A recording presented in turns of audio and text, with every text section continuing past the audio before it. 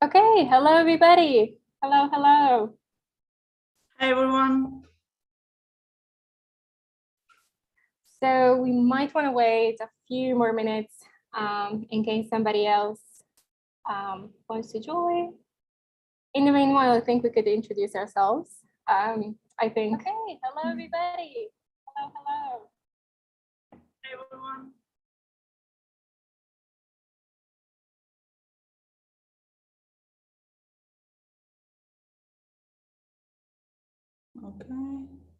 Okay. So yeah, I think you've seen me on Instagram already. My name is Diana. I am a fifth year, well, actually sixth year as of a few weeks ago. Medical student at the University of Bologna. I study medicine in English, and I'll be conducting this event today with my amazing friend and colleague, Julia. Hello everyone. I'm a fifth, now sixth, as Diana just reminded me, medical student, sixth-year medical student in the University of Milan Bicocca in Italian. I'm a bit of behind the scenes of the Instagram profile, so you just see Diana, but she's the mysterious one. Answering to you, so I'm just doing a bit of a call center thing. Okay, so while we wait for a few more people to join, you can start following us on our social media. As usual, we update you with any news that come up about IMAT, whatever social media you prefer. Yeah, we post everything on all of them. So, yeah. Okay. Julia, what do you think? I think we can start. Yeah. I don't know if you wanted to wait just like 2 more minutes. 2 more minutes? Okay. How do we entertain people for 2 more minutes?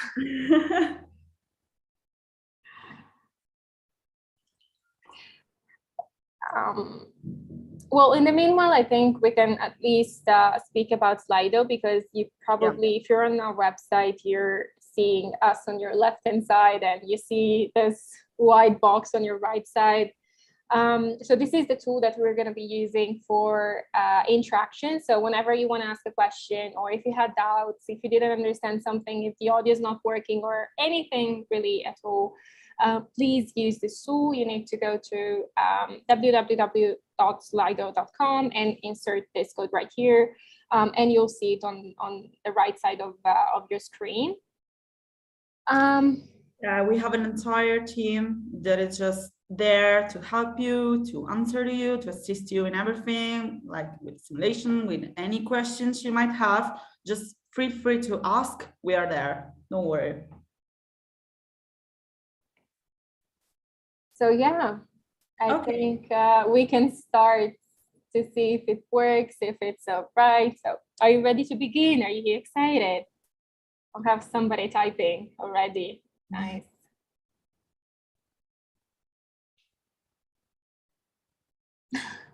Oh yeah, okay.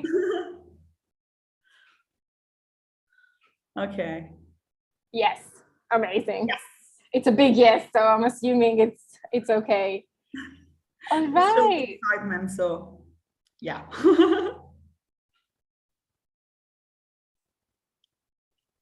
Okay. I think we can start by introducing what we do, who we are. I mean, you know who the two of us are, but what do we do? So we are two members of Testbusters. It's a society in Italy that is composed of medical students. We're all enrolled in medical school, dentistry school, or health professions in general, veterinary school as well. And we're all students, we're all university students. We sat the admission test some years ago now, and we help upcoming students that want to sit an admission test in Italy. We've been doing that for I think 10 years so far, and we mainly focus on the Italian admission test, but starting last year, we decided to go international. So we launched this new project IMAT prep school that is actually the one supporting this event right now, and it focuses, as the name suggests, of course, on IMAT. So, since we are talking internationality, where are you attending this event from? We're curious to know where you're based right now, because I'm in Switzerland right now. I was born in Romania, grew up in Italy, but I'm in Switzerland right now. So we've got a bit of internationality already. Okay, Italy mainly. Anybody else?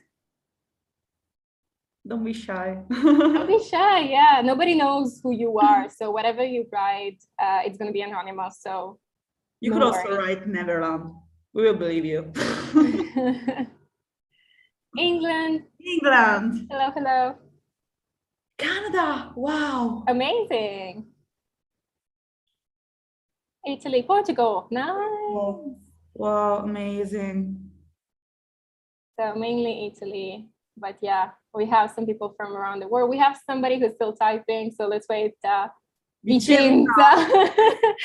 Switzerland, hello, neighbors. Okay, so I'm calling from Milan. So I'm Italian, Albania. Albania, wow. Very nice. So we have one more person writing. I'm curious now. I'm not gonna move. We're invested. Bulgaria, hello. Oh. Somebody else is typing again. So yeah, we have a lot of people actually from abroad. I was expecting many people from Italy. Philippines. Oh, okay. Nice. I'm impressed. I'm honestly impressed. Oh, Catania. Yeah. Catania. Gosh, your food, guys. Amazing. Okay. It's its own nation, Catania. Exactly. When it comes to food, yeah, it's its own nation. We have Turkey, India. That's amazing. Very, very impressed. Okay. So what do we do? Julia, the stage is yours.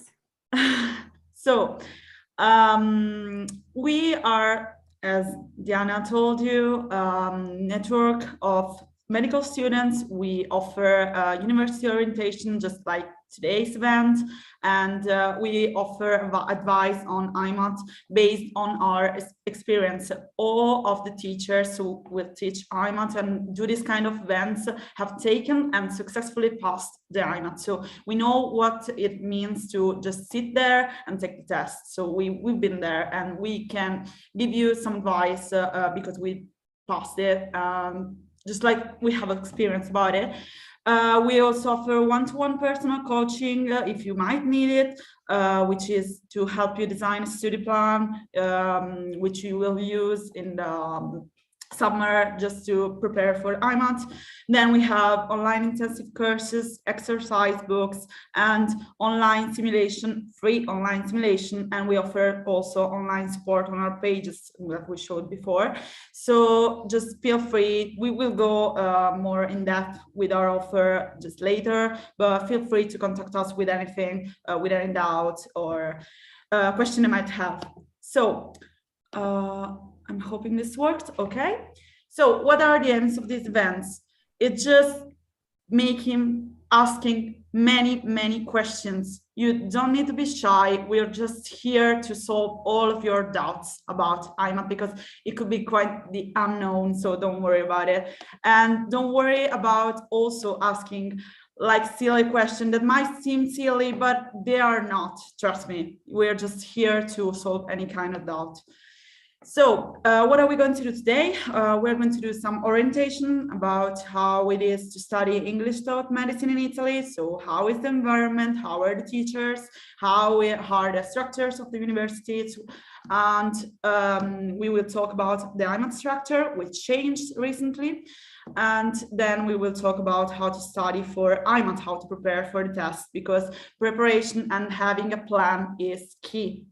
So then we will have a simulation, which is an original one. We, our mother tongue teachers wrote the simulation and is specifically based on the new bundle that just went out, and then we will have an international ranking of the simulation. So each one of you will have a position of the in the ranking, so you will see how you did with our simulation. It would be a half simulation, so of 30 questions and not 60. Then we will have a correction. We will provide solution and correct the quizzes together, and it is very important because you will have a starting point by your mistakes. Then we'll let's go in depth about why should one study medicine in Italy. So there is only one admission test. This is something very good because you can just take one test and compete for as many universities as you like. This if you are an EU student. Everything is in English, so if you know English, you can compete for Italian universities. Then the university fees are low because these are most of them are public universities. Then we will have university in Italy are very prestigious. They offer a very good formation. So it is to consider if you want to study abroad. And then there is an international environment, and always the sun is shining. It is way warm. I would say hot in these days, but there is also great food and pizza, and people are amazing. And as to why should you not study medicine in Italy, there is only one admission test, so it could be like one chance. It could scare you, but don't worry, we will go in depth also on this. And everything is in English, so you might ask, okay, you just told me that in the pros, so why are you repeating yourself? It is because maybe if you're not a native speaker, you could just find some difficulties in speaking English, but don't worry, the level requested is basic high school English, so it's like B2. It's not requested to have a C1 or C2 level English. And while you will talk English for like 6 years, you will practice it and you will get better with it, so don't worry. Another cons we might say is that there are newer courses as compared to the ones in Italian, so that there might be some logistic issues, but trust me, I go to an Italian course and logistic issues are always there, even if it's not new. And it could scare you also, the fact of living abroad, but it could be a very, very good opportunity, so I would suggest you to consider it. Do you have any doubt about studying medicine in English in Italy? Okay, we have somebody writing already.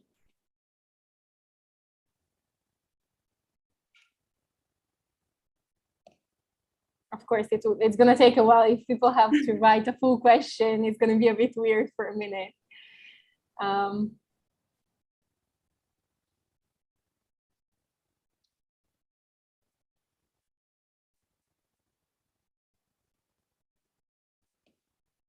Yeah, in the meanwhile, I just wanted to add to what Julia was saying, that yes, it can be scary to speak English on a daily basis, but I can assure you it's super natural. The first time you do it, you're like, well, this is weird, what am I doing? But then it becomes very, very natural.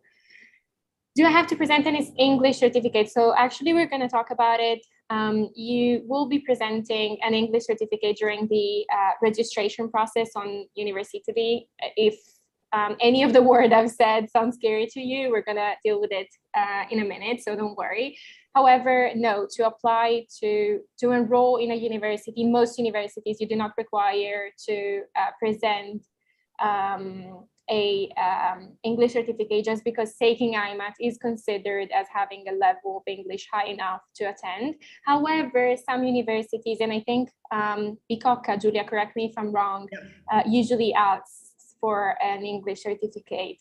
Yeah, but it changes every year, so you just have to read the bundle carefully. So exactly. Oh no, my bad. Oh, there it goes. I'm so sorry. Okay. Okay, how's the training How is the training going to be? We learn in English, but we're going to an Italian hospital. This is correct.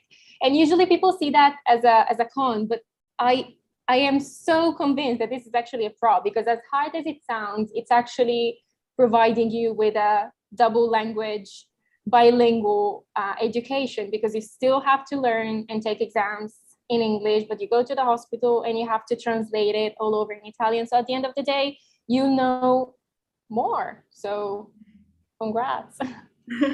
Are there oral exams? Yes. Each university has university. Wow. Yeah. Many exams are oral, but this is not a rule. And yeah, each university does whatever they please. Some people told me that the course in Italian is more complete. No, absolutely not. This is. I would say no course is better than the other. The things you're studying are exactly the same. The programs are exactly the same. And at the end of the day, you are a surgeon or a doctor, whether you want to be, even if you graduate from an Italian university, an Italian-speaking university, or an English-speaking university. So don't worry. Are professors reliable? I'd like to reply to this because this is a very frequent question. So if you heard that professors do not translate their Italian slides, this is actually a huge problem, and it happens once in my university. If some of you are familiar with the history of University of Bologna, they know that my course is new, and my year is the only, like, the oldest one. So when I started, there were no older generations of medical students in English, and I did had some issues, but they were resolved in a matter of like hours. So I wouldn't say this is a big issue now. Yeah, and also, as per my experience, I have some of the professors that are in common with the English taught course, and they just leave the slides in English also for us, which are Italian taught courses. So it is more frequent to have in Italian courses English slides than the other. I mean, which makes sense because scientific literature is in English, so why not, relate to it? You have to learn it. It's a great advantage, I think, for English taught course, because you already know how to write properly a scientific article. Maybe your thesis, with your thesis, you will have to consultate a lot of articles on PubMed, and they will be only in English. So if you know the language, it's a great advantage to me. So I've read one question about discrimination and bullying and if it's gay friendly, and I would say yes. I've never seen any issue regarding bullying or discrimination, either racial discrimination or discrimination based on sexual orientation. So I wouldn't say this is an issue. Actually, I would say we're probably more used to seeing people of different culture and different backgrounds, just because classes are usually more international. So you do see people from each and every side of the country and of the world. So I don't think discrimination. Yeah, you could, not in a public schools. Maybe you could, in theory, have some issues on the Catholic universities, but it's not that big of a deal because I've never heard of any discrimination, even in the Catholic ones, but I don't have a direct experience about that. But in the public, which is the ones you will access through IMAT, don't worry, it's completely safe environment. Are there a lot of Italian students? It depends. In my class, we're half and half. In other universities, they're disproportion either on the Italian side or on the international side. It depends, and each year it can be a bit different. So yeah. I skipped a lot of questions at the beginning. What are the main differences? We're gonna reply in a bit. Living expenses, it really depends on where you live, what are your standards, if you want to live on your own or if you're okay with flatmates, if you can provide for yourself, if you want to work. It's very hard to define. Yeah, I think more or less I saw a question about the bando. What is the bando? The bando is the official statement from the Italian Ministry of University, which regulates the access of and the enrollment of the universities. It's a call for application, simply put. What about degree recognition? Is it limited to Italy? Absolutely not. The degree that you obtain from an English medical school is as usable, as spendable as is the one in Italian. Yeah. If you want to go to the UK, no issue whatsoever. For the United States, it's a bit more complicated just because you have to go through USMLE. Yeah, it's quite a rough patch, either from Italian or the English course. Yeah, because it's basically recognized through EU Union, but European Union, but in the USA, you have to get a recognition of your degree, whether you're studying in Italian or also in English, because it's an Italian degree. So I think we should move on. Don't worry if we haven't replied to your question. We're going to have a Q&A session at the end of the event. So hold on to your questions, and we're gonna address it a bit later. Okay, so these are the universities in which you can study in English, and there are 16 universities in total, of which one is the University of Siena, which is only dentistry. So be careful when you're putting it in your rankings.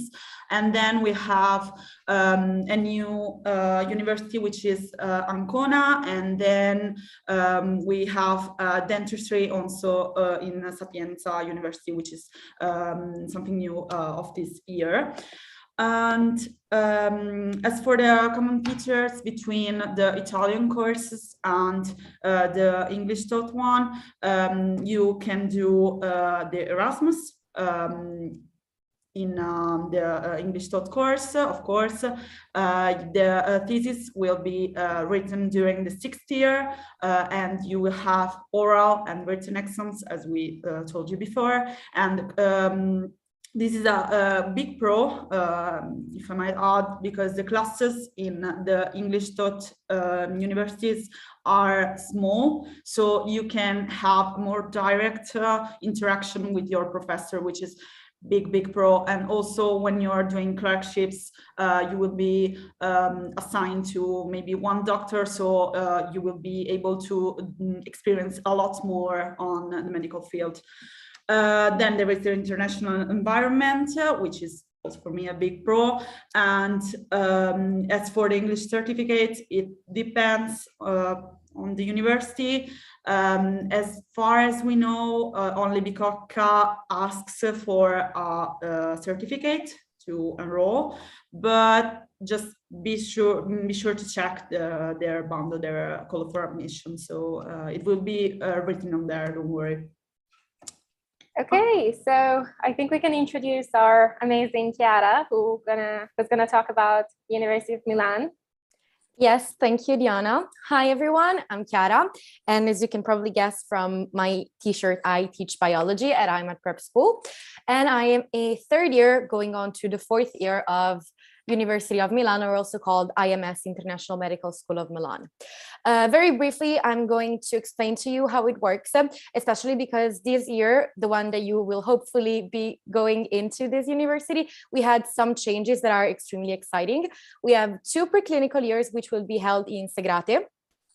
And in this case, we will have exams that are a bit different from the ones within the Italian university, because we have basically macro subjects, but they are very practical. Like, so for example, at the 1st year, we can go to the autopsy room, we can understand how to read a paper and how to really interpret the paper within the 2nd year. So it's very interactive and the teachers are very nice. Whereas then we have 4th clinical year. So once you will pass the 2nd year, you will enter in your clinical part of your journey, in the clinical part of your journey. The main hospital that we will go to for clerkships will be in Iguarda, which the idea is to actually gradually move from Lita, so Integrate, to directly Niguarda, so that we can have clerkships in a much more efficient way. And then in some cases, we will also use other hospitals that are very famous in Milan, like the Cardiological Center of Monzino. Another thing, other than the Erasmus program, which Giulia has super already in depth talked about, it's the free mover clerkship. That is something that it's only limited to IMS. And basically what happens is that you can actually follow a part of your clerkship. I think we've lost Chiara for a second. She was too enthusiastic about Milan. She might join. If it's cutting out. Of course, something like that was supposed to happen. Too much enthusiasm. It was meant to happen. So I think she was talking about an amazing opportunity that Milan offers, which is the free mover clinical clerkships. You can choose to do part of your clerkships, curricular clerkships abroad. And I mean, in other universities, you can do that through the Erasmus traineeship program. However, it's a bit harder to organize. In this way, it's a bit easier and much more efficient, I guess.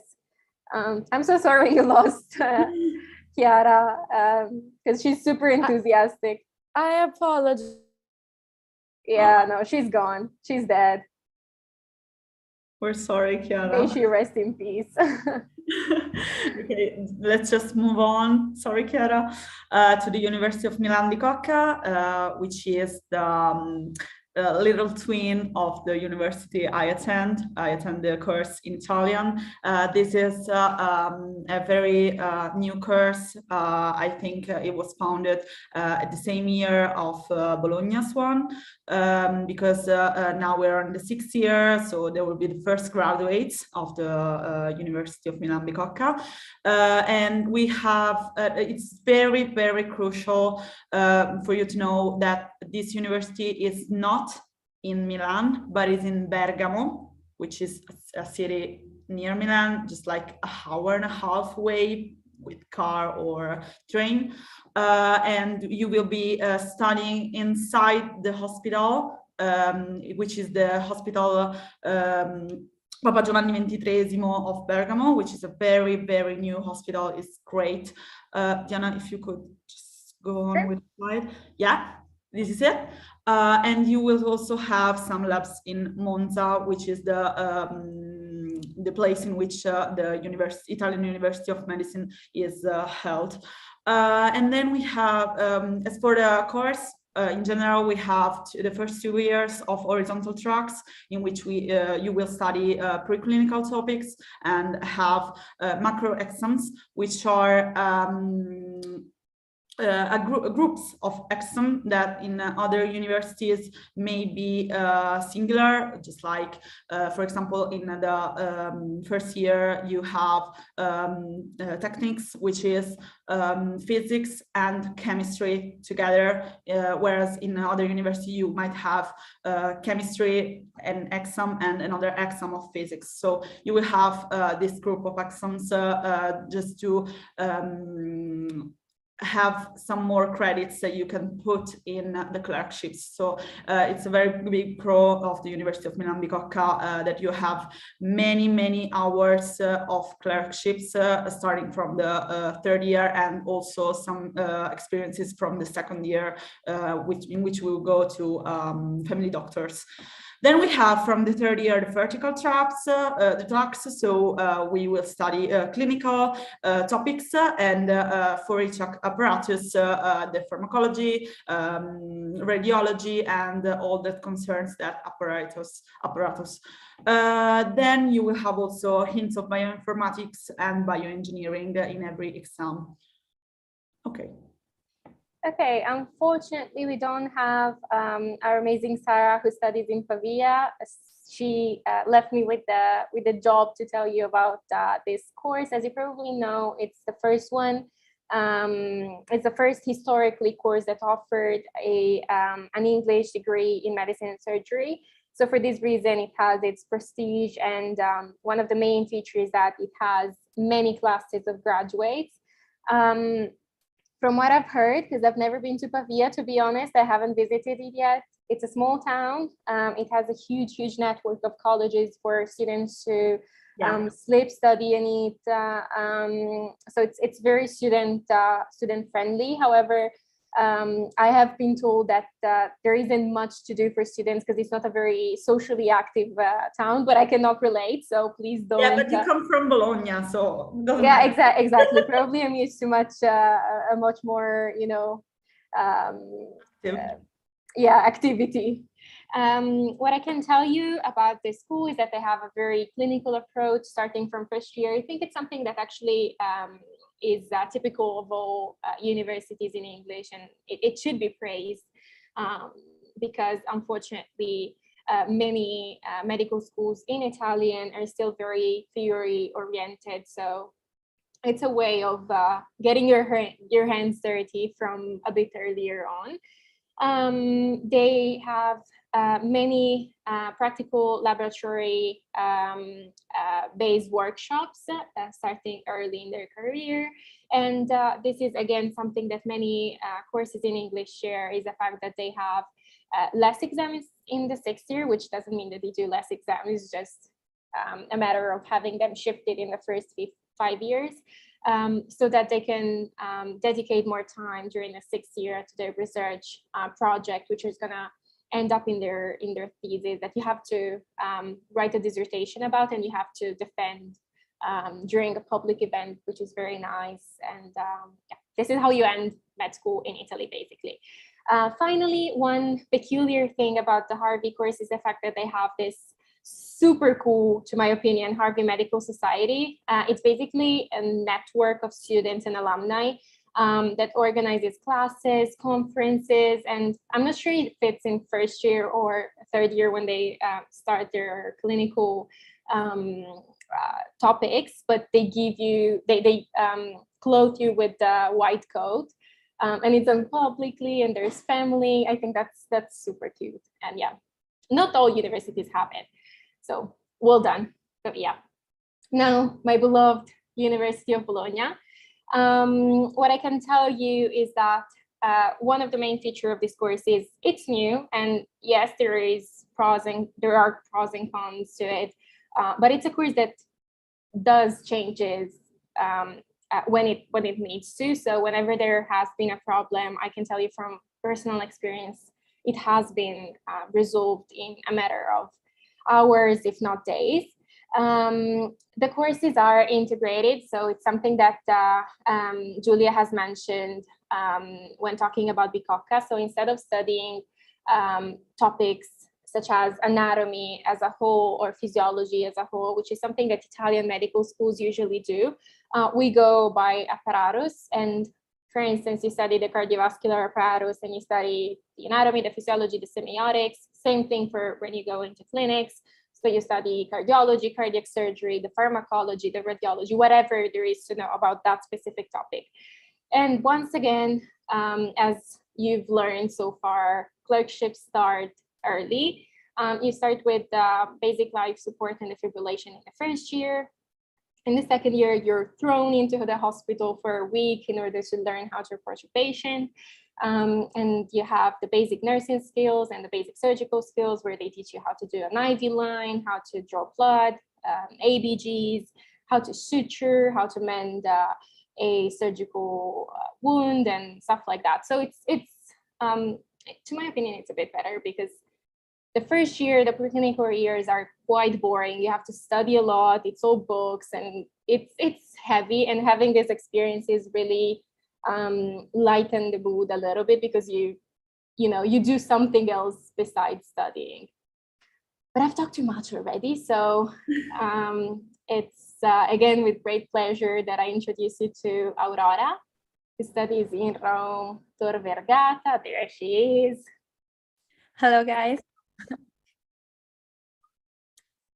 Hi, guys, I'm Aurora. I just finished my third year in the University of Rome, Tor Vergata.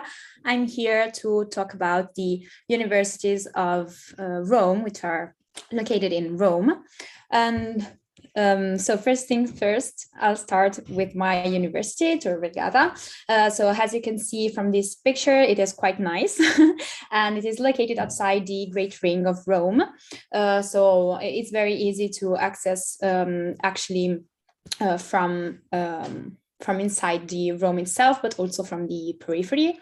And Diana, yeah, if you go on with facilities, thank you. So first of all, what I'd like to highlight for the university is the facilities. There you go.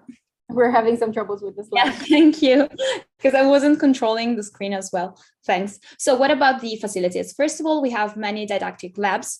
So actually, we just bought a fantastic anatomy lab, and inside we have so many tools and instruments which we can use for the interactive skills and for the interactive labs. We also have an histology laboratory in which we can have access to a microscope for each student. So it's very, very useful for us because histology is one of the main subjects of the first year. Plus we have a very, very big library in which we can study, and also besides study rooms which are available in our university. And then we have a focal point inside the university as well as a bar.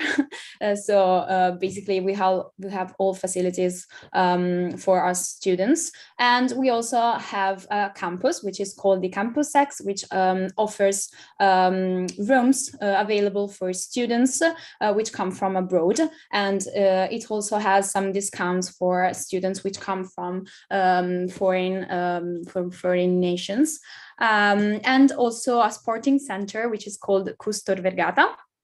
We also have our local SISM, which is a student association which promotes very, very important and famous activities, also inside the hospital itself. And then we have Mensa, cafeteria, which are either the Scolazio or inside the hospital as well. In the next slide, we can see a picture of the hospital, which is called Policlinico Tor Vergata. And that's the hospital in which we can actually perform our clinical practice. The clinical practice starts from the first year, and it is very peculiar because I think Tor Vergata is one of the few universities in Italy in which you can have access to clinical activities since the first year. We don't have difference in the different years of the medical course. We start practice from the first year, and we will continue the practice up to the 6th year, adding more and more hours. Actually, we have practical hours for every subject since the first year inside the hospital itself. For what concerns the available seats, which is something you are really interested in, I think, there are 25 seats for the European students and 10 for the non-European students. And for what concerns the scholarships and fellowships, actually, we have a very peculiar fellowships which are proper of our university, and it's a 1-month fellowship in Nepal. My closest friend just went there and he said it was amazing. It is like very, very interesting because it allows students from the 3rd year to perform very, very important medical skills and practice in Nepal as well. So something you could never do in Italy, actually. And also we have other fellowships like in Buffalo, in which they allow us to perform dissections, besides Erasmus and Overseas, which are basically some programs that allows us to perform our training abroad. For what concerns the other universities of Rome, first I'd like to talk about La Sapienza.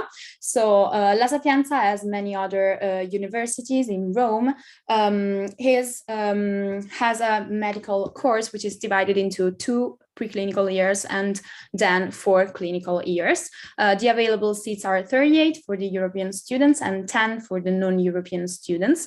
The 2 preclinical years as for the other university are mainly focused on the theory of the theoretical part of the course itself, while in the 4 clinical years we are allowed to actually go to the hospital and perform our clinical practice.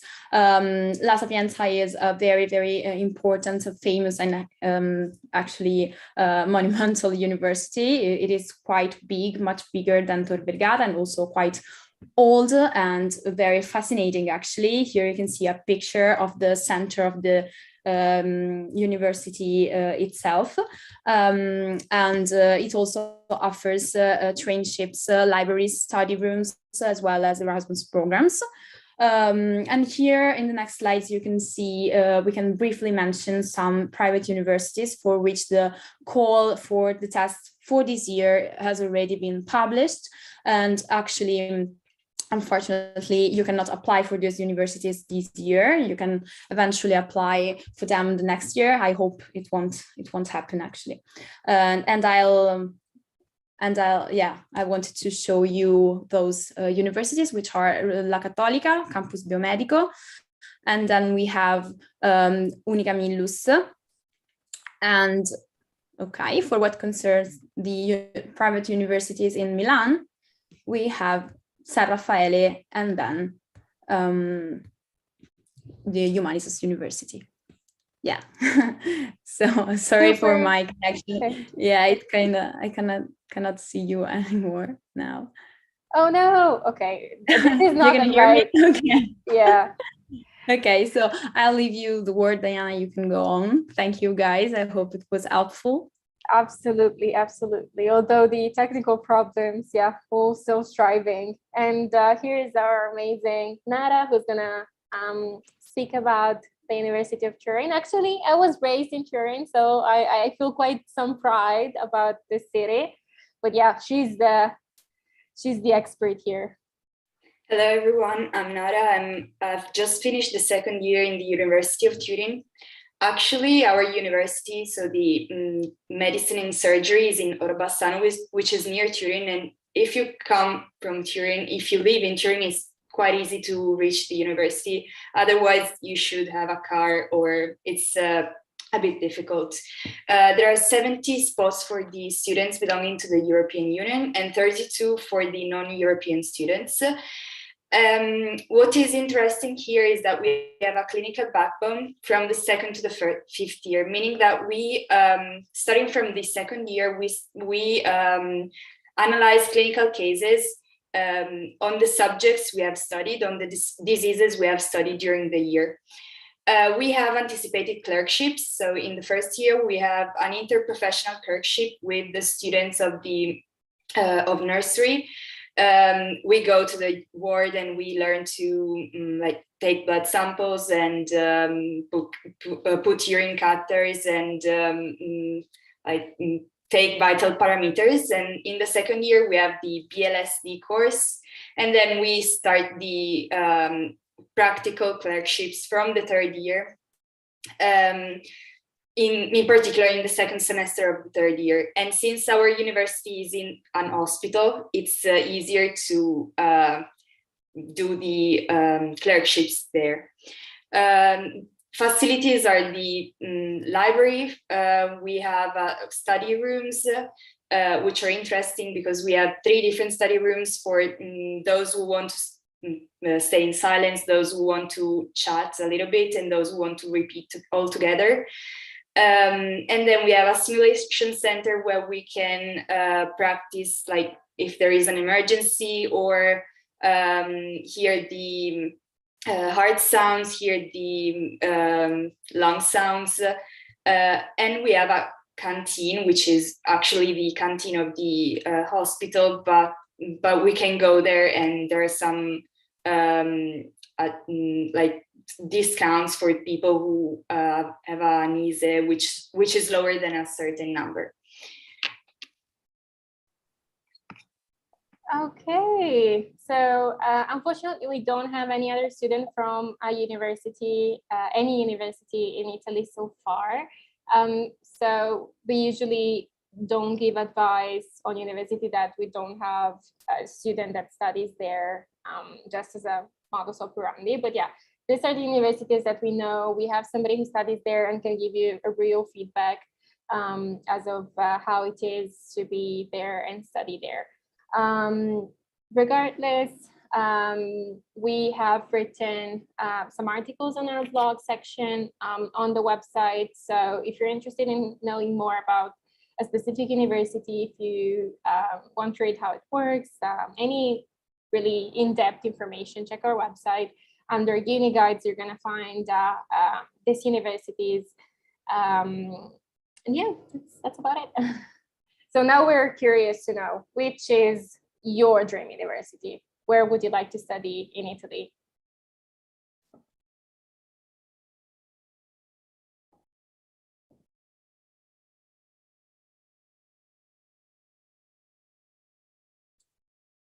Bologna, nice.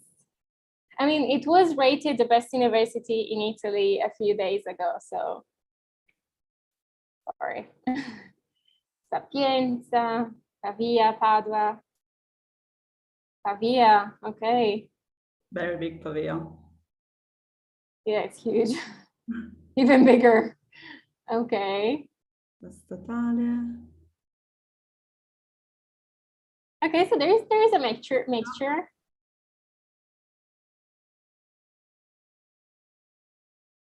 I see Naples. Okay, I mean, I see them all, to be honest. So,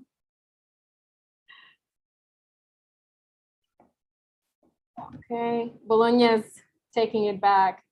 Look, becoming bigger and bigger. Okay. So, there's people for each and every single one of them. Messina, there it goes. Okay. One thing that I would like to point out is the fact that whatever, and I mean it, whatever school you choose, 90% of the preparation is up to you. And simply put, what we mean when we say that is you can go to the best university in the whole world. If you don't apply yourself, if you don't do a little more than it's asked of you, you're not gonna be the best doctor just because you went to the best school.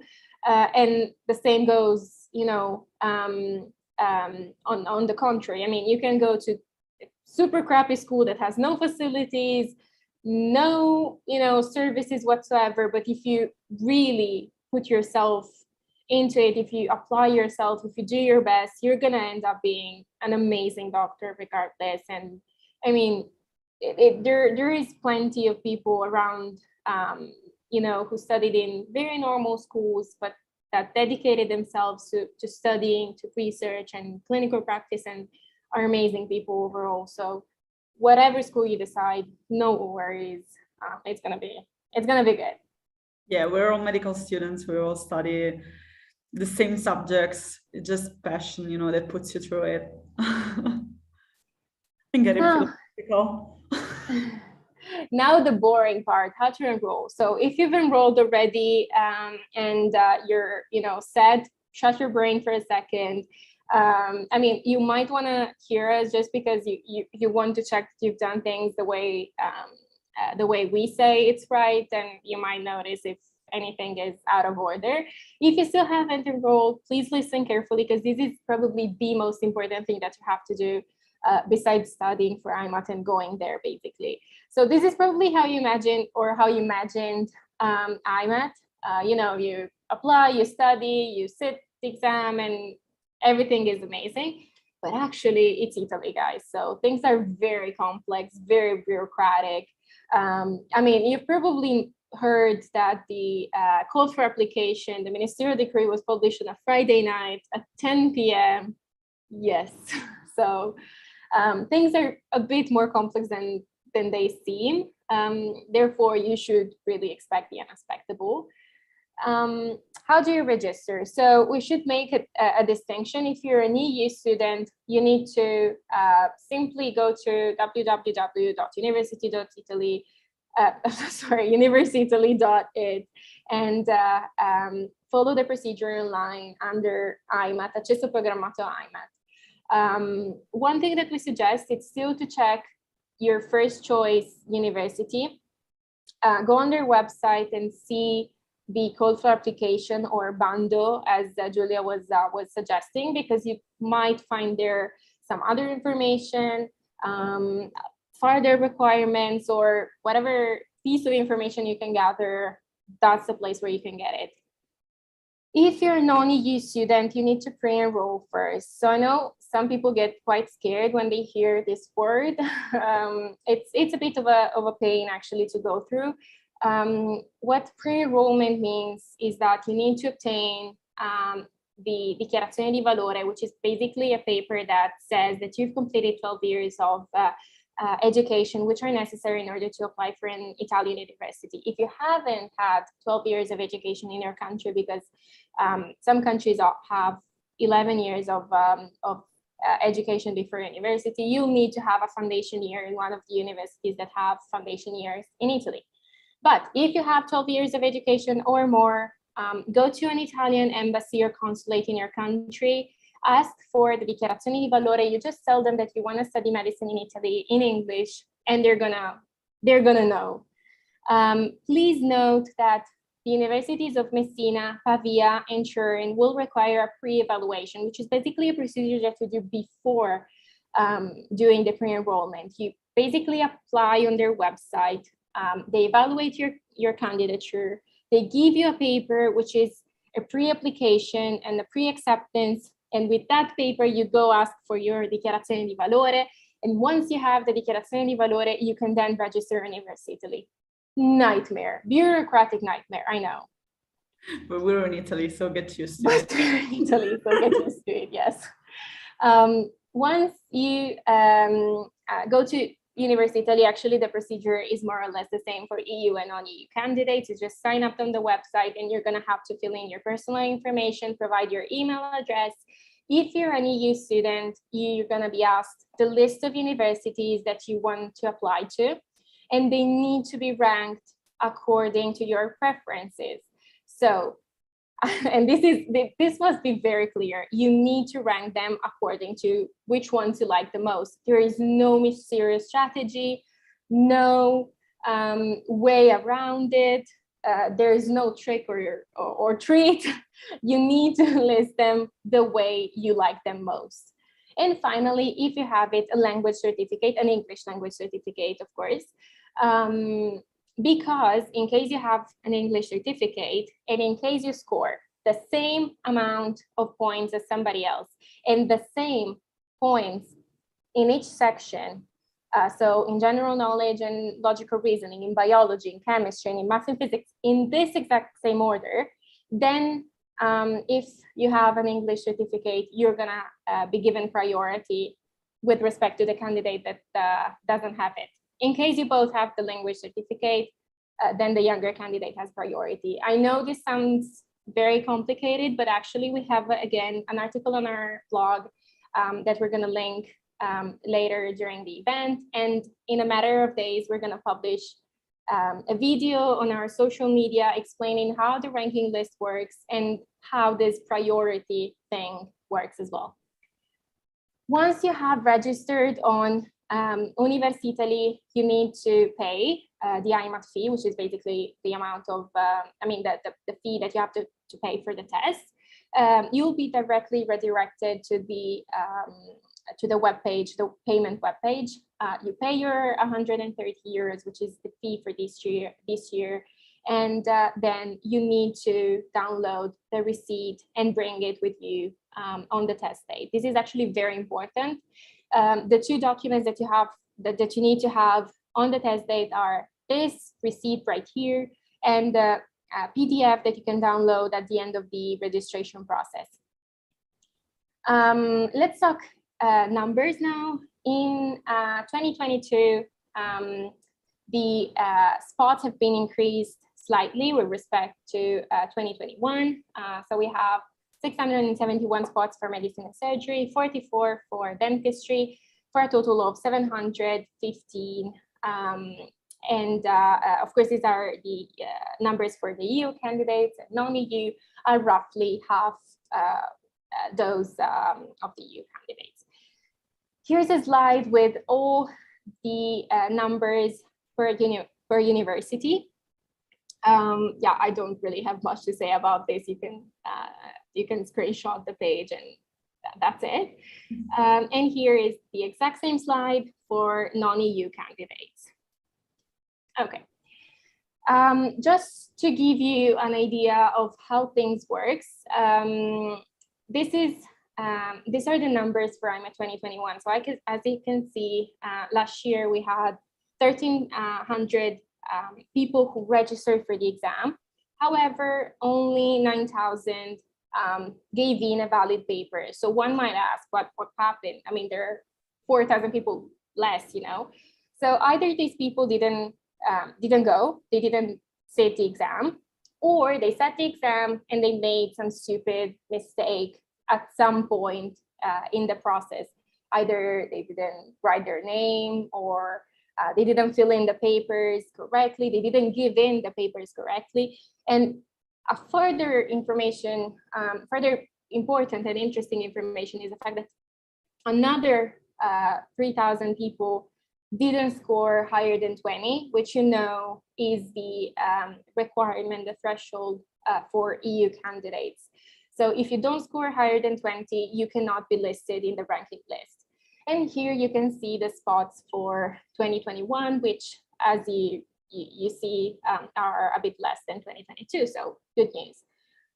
So I've talked about, you know, these numbers. Now let's move to what that translates into when we talk about the ranking list. This is valid only for EU candidates. So if you're non-EU, please, again, shut your brain for a second, take a break. We're gonna discuss non-EU rankings in a second.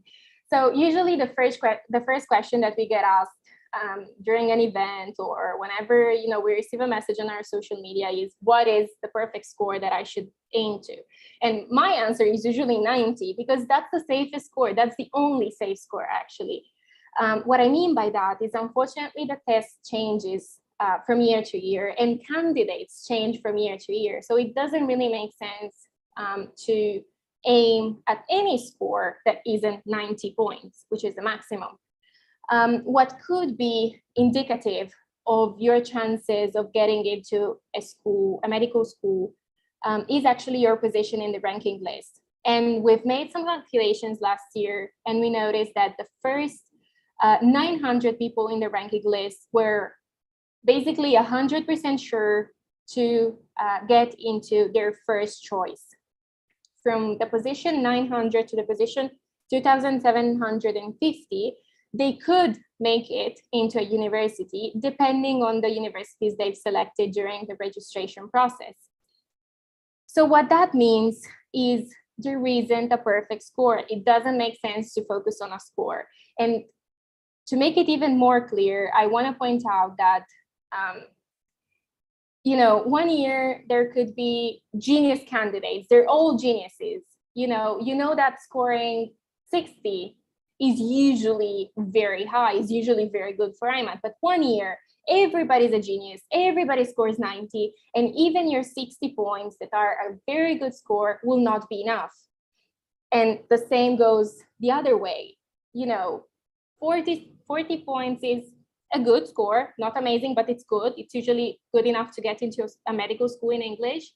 You score 40, but everybody else scores 20. So you're the genius, okay? So it varies so greatly from so many perspectives that it doesn't really make sense to focus on the score so much, okay? Take home message, the score doesn't really matter. You need to perform your best and the rest will eventually come together, okay? I know it's depressing. Talking about the ranking list, as I mentioned, we have an article on our blog.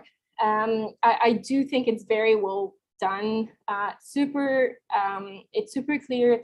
It explains what happens once the ranking list is published, so you can see what your status is, what it means, how many days you have to enroll, if you have to enroll or not, if you can wait.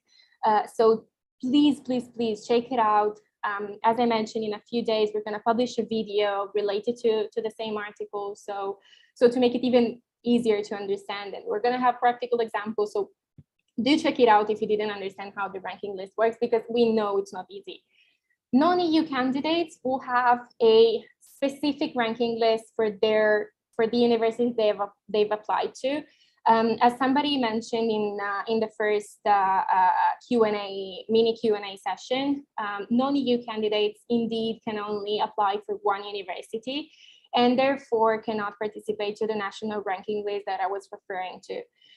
So once the ranking are published, you need to go to the website of the university that you enrolled into, that you registered for, and see their own ranking list for non-EU candidates. And they're like one per university. And I'm afraid in most universities, there isn't a scrolling system unless there are major, non-enrollments. Okay.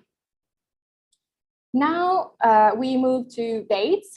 So Julia, I think you can take over with the main days that one should remember. Yes, okay, I should have the control.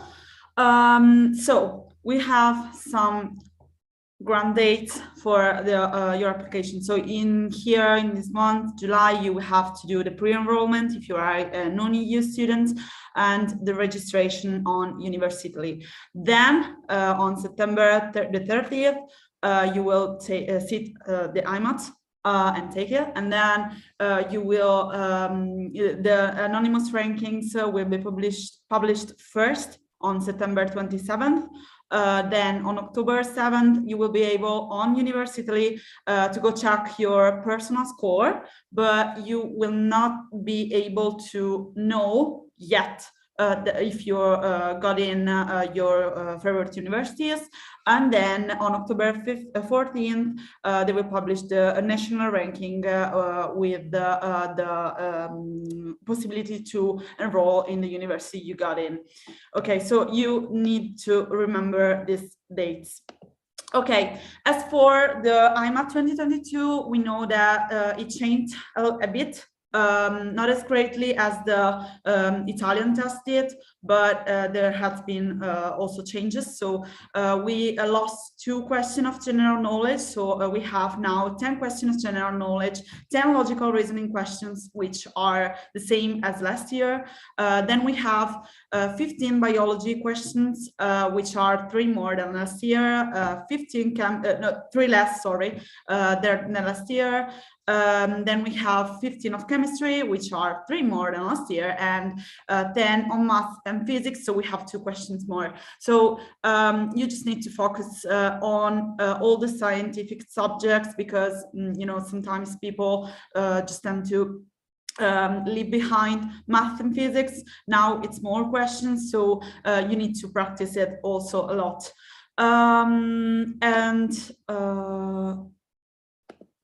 Okay, yeah, it works.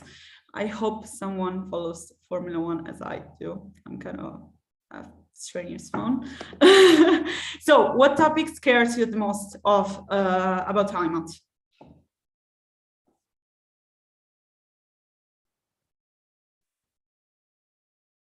Okay, chemistry, math, physics.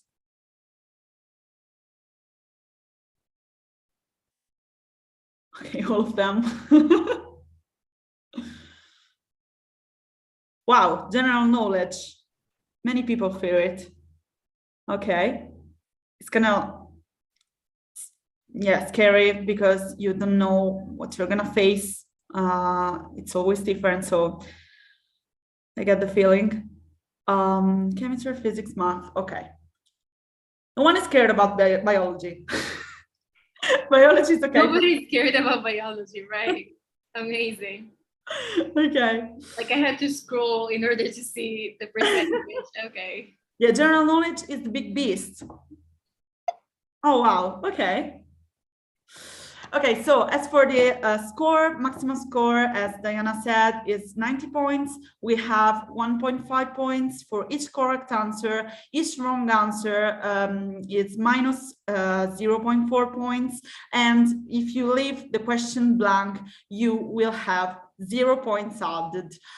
So in some questions, we will see how it's more correct to respond, but if you have strong doubts, you could just leave it blank, and it will add you just like 0 points. As for the EU candidates, we have a threshold of 20 points, so you need to score at least 20 points to enter in the national rankings, while for the non-EU students, we don't have this threshold, but keep in mind that non-EU students just compete for one university only.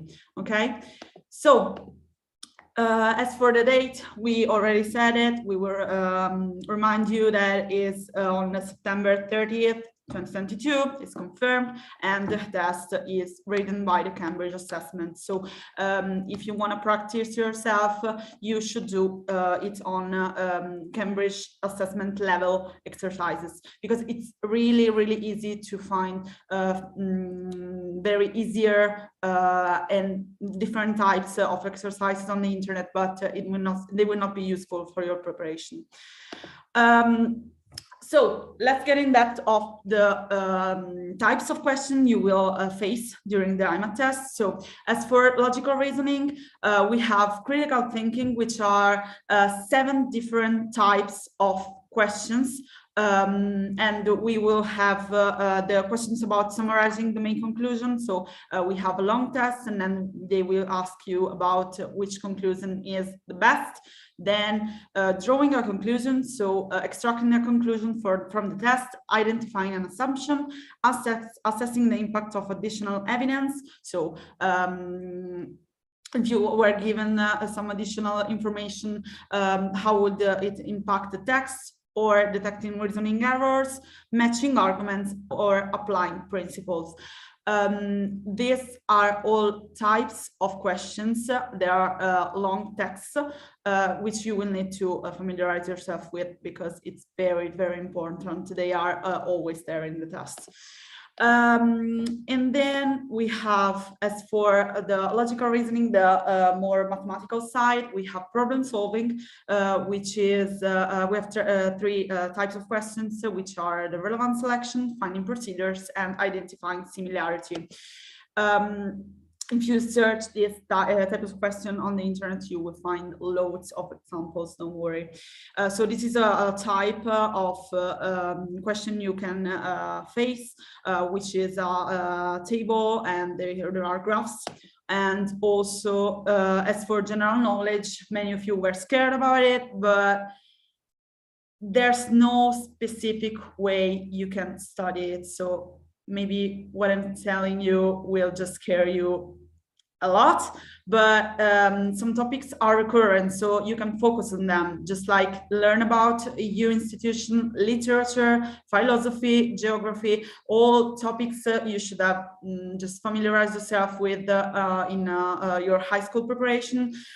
History, mostly on the 19,000 and 20,000, and then the news or recent events. Read a lot of papers, just like get on with the news and be up to date, because questions about news or recent events will be there.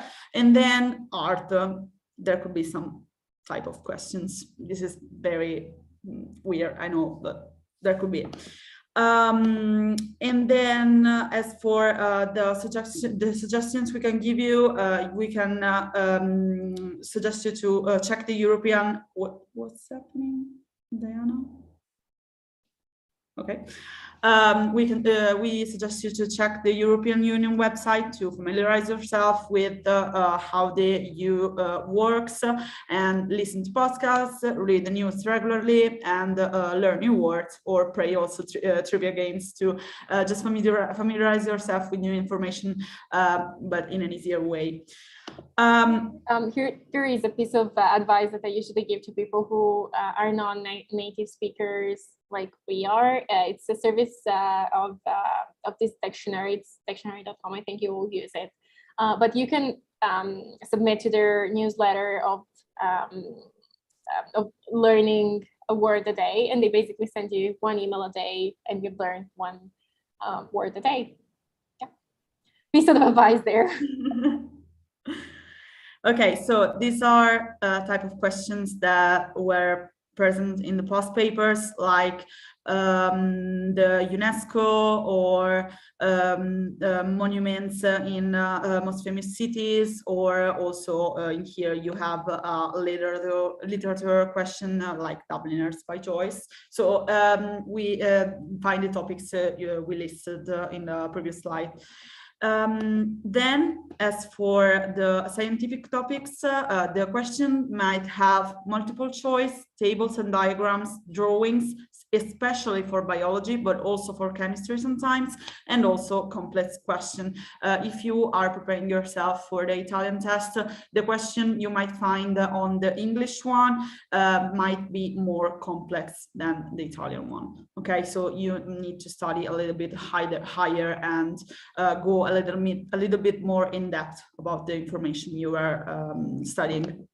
Okay, so these are examples of multiple choice question of chemistry or tables, or this is an example of a drawing you found on biology in a past paper. So how should I study? This is a question, a very central question. Many people ask us that. Remember, there is no such thing as luck when it comes to IMAT. The luck should be reduced at the bare minimum. You need to study hard, and we on our blog have how to study guides that focus on how and what to study for each subject. So you have the link of our blog on the announcement, and also here is a QR code. So how should I study? Just to sum up, practice versus theory. And the practice is this big because it's crucial to exercise yourself on the topics. As soon as you study a topic, you need to do exercises about it, questions, multiple choice, problems, just exercise a lot, because you won't need just the theory, you need to practice and apply it on the questions in IMAT. So it is very, very crucial. The more you practice, the higher your score will be. So practice makes perfect. Okay, as for the English language, if you're not a native speaker like we are, I would suggest you to practice a lot with listening, with Netflix or Prime Video or Disney Plus, or YouTube videos, whichever service you want to use. And what did I do? Okay, so don't worry about the language, just practice a lot, familiarize with it, hear it a lot. So, it will come you easier if you just are in an environment in which it's spoken, even if it's just in a computer, if the language is spoken, okay? As for the study plan, you need to try to improve as much as you can. You need to focus on the topics you're most weak at.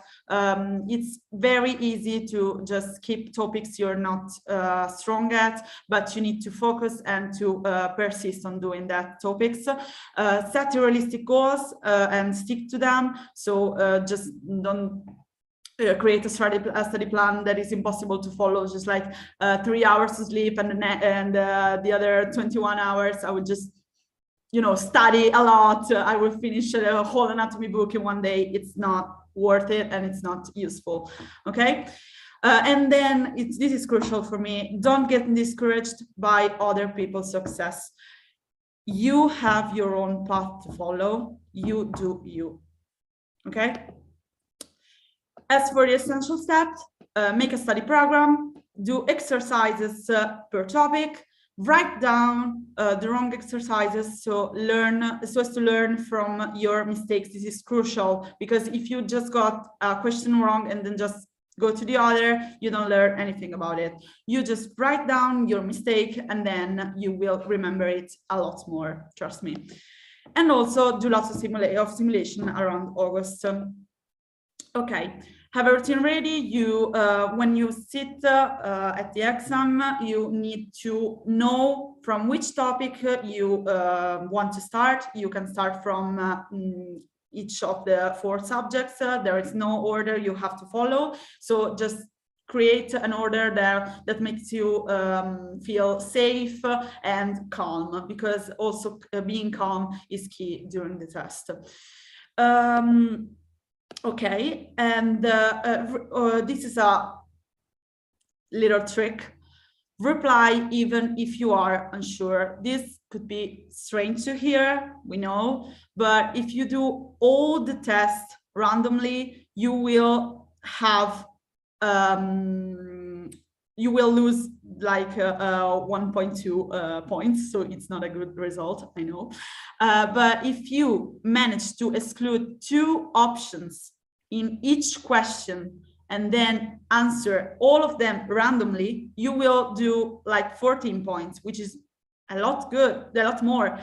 And if you manage to exclude 3 options on every question and then answer just like 50% of probability, all of the questions you are left, you will have at least 33 points. So these are statistical calculates. So I don't really know about it. I don't know if Diana is a little math genius, but I'm not. But trust us, these were done by math teachers, and these statistics. So the take-home message I want you to have is that when you manage to exclude 3 options, just go for it, shoot it, answer randomly.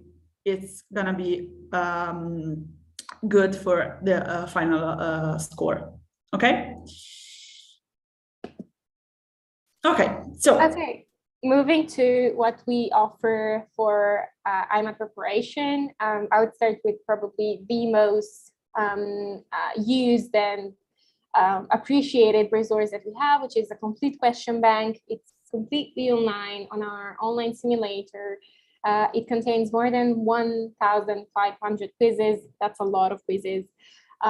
We have all past papers from 2011 to 2021 and 8 test busters branded, unpublished, completely new online simulations that we create for our students. And I think the best thing that we offer actually is the fact that all our quizzes and simulations come with fully explained solutions. Even public events and free events like this one, we do a half simulation and we correct it together, because we really believe that the only way to learn is by actually correcting each and every single exercise that you make. And the best way to learn is actually from your mistakes. So whenever you have a question that you get wrong, do check the explained solution, because that's how you're gonna remember forever, basically.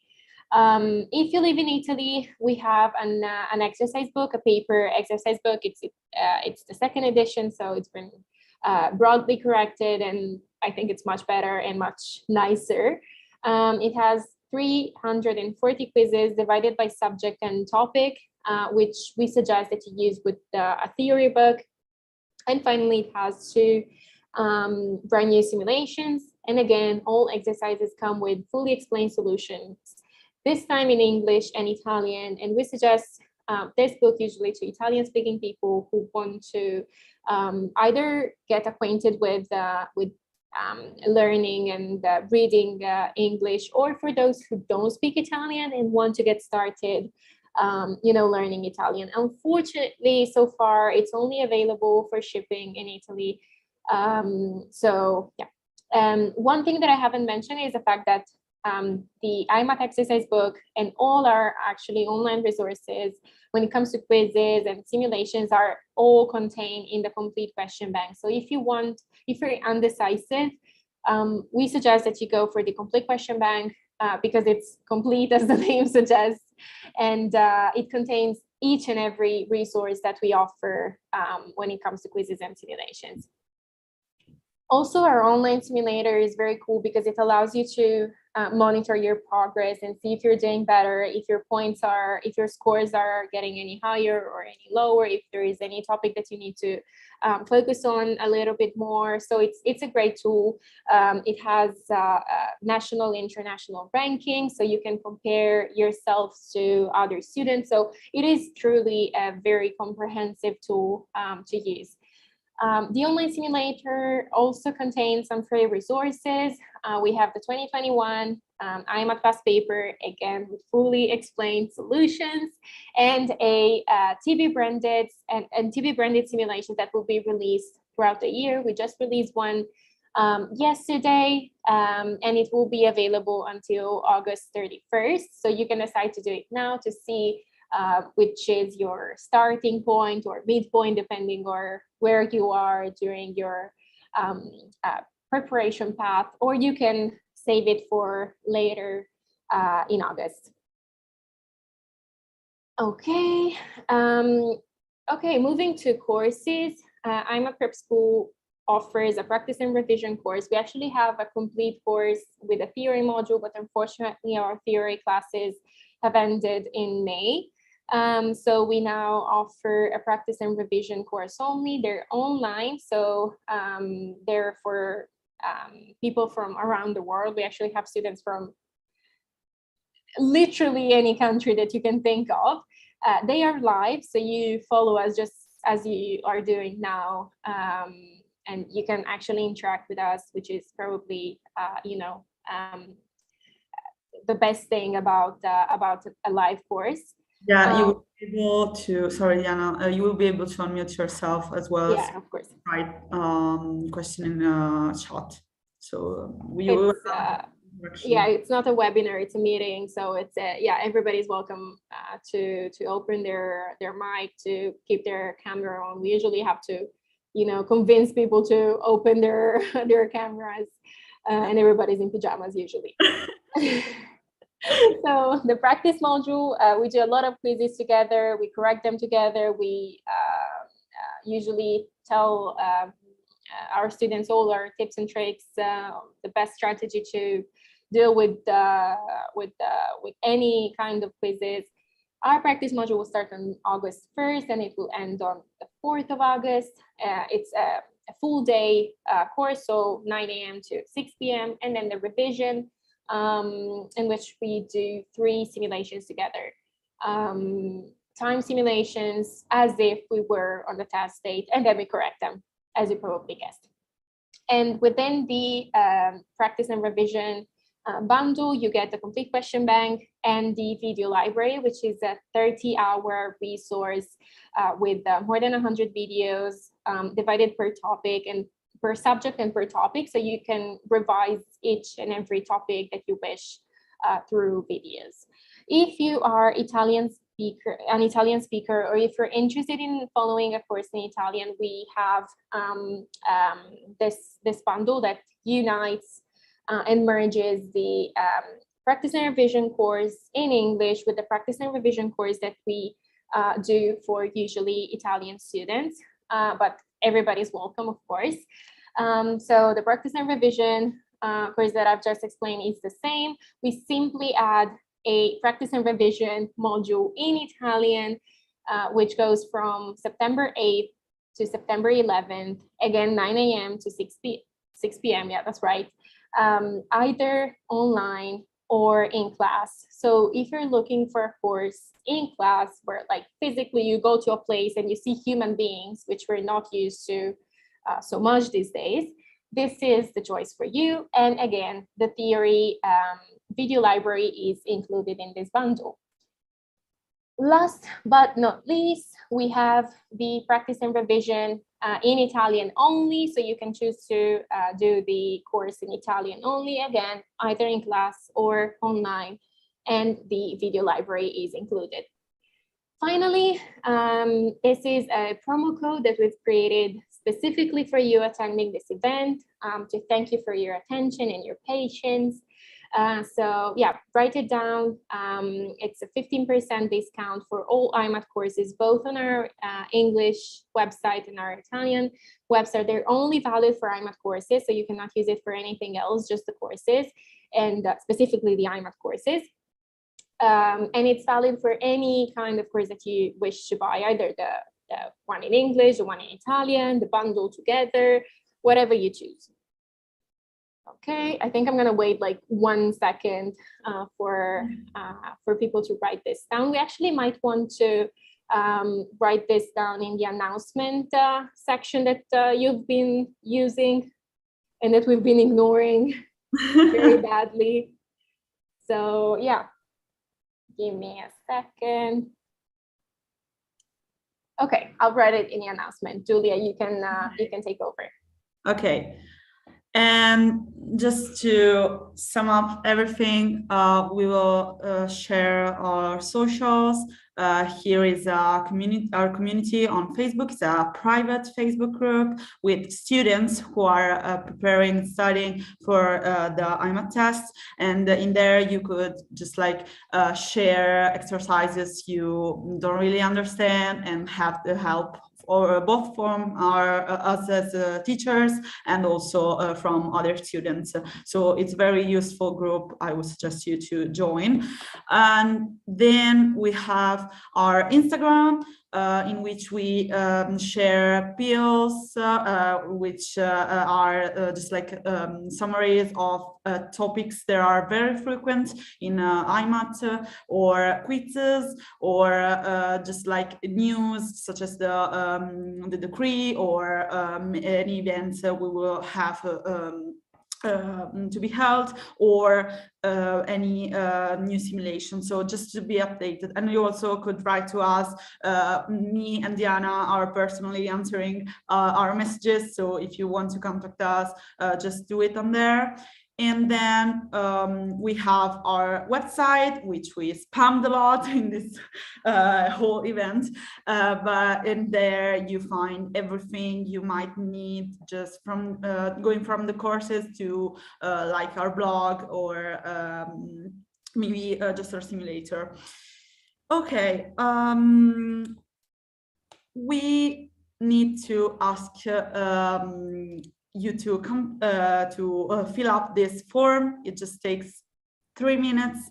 It's an evaluation form about this event, just to gather feedback from you, just to improve ourselves for the next events.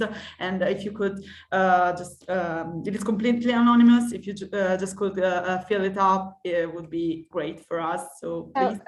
Sorry, Julia, if I interrupt. If you are staying for the simulation and the correction, you can fill it at the end, because of course we would like to hear from you at the end of the event. However, we know that some people cannot stay till the very end of the event. So if you're leaving now and you cannot attend the simulation bit of the event, then please fill it now. If you can stay till the very end, please don't fill it just yet. my mouth is struggling. So please, if you can wait till the very last bit of the event, it would be better to know if you'd like the simulation, if you found it useful, if the correction was to your liking. So just wait. We're gonna send you again the QR code, the link, and whatever. Okay. So we're gonna move on, just because we don't expect many people to skip the simulation. But yeah, if you're leaving now, fill in the questionnaire. We really appreciate your feedback. And if there is anything that you would have liked us to talk about, to discuss, to go more in depth, please write it down, because we do appreciate your feedback. And actually, our event last year was very different from this one, because we did improve many things that we've been told by students. So yeah. Okay. As for the simulation, we've all been waiting for this moment. You just need to go to the website imatsimulator.testbusters.it and log in with your TestBuster credential that you used to register for the event. And in there, you will find our simulation, which will be on the public simulations, and it is called IMAT Day 2022. please make sure to use the same credentials that you use to register for this event. Otherwise, it might not work. So make sure you get the credentials right. If it doesn't work, or if you see it's lagging a little bit, try using another browser. And we might want to wait like 1 minute for everybody to be ready. The simulation has a timer. We're going to give you 50 minutes, although, I mean, it's a half simulation, so you need 50 minutes. That's what I meant, sorry. So yeah, use the QR code. You should have the link in the announcement area. If the simulation closes, it's because you've ended the 50 minutes. We're gonna start the timer in 1 or 2 minutes. If you finish earlier, just wait a little bit, and we're gonna correct the simulation. So if you finish, please don't run away, because we really want you to get the best out of this event. So we want to correct the simulation together, and yeah, we want your feedback. And remember that at the end of the event, we're going to have a Q&A session. So if there is anything that is unclear, if you want to ask questions or whatever, please stay till the very end, because we're going to answer each and every one. Okay, if you have any issues, just write on Slido and we'll be there to help you. So I'm going to start the timer. For any doubt, question, or issue, please use Slido. Good luck.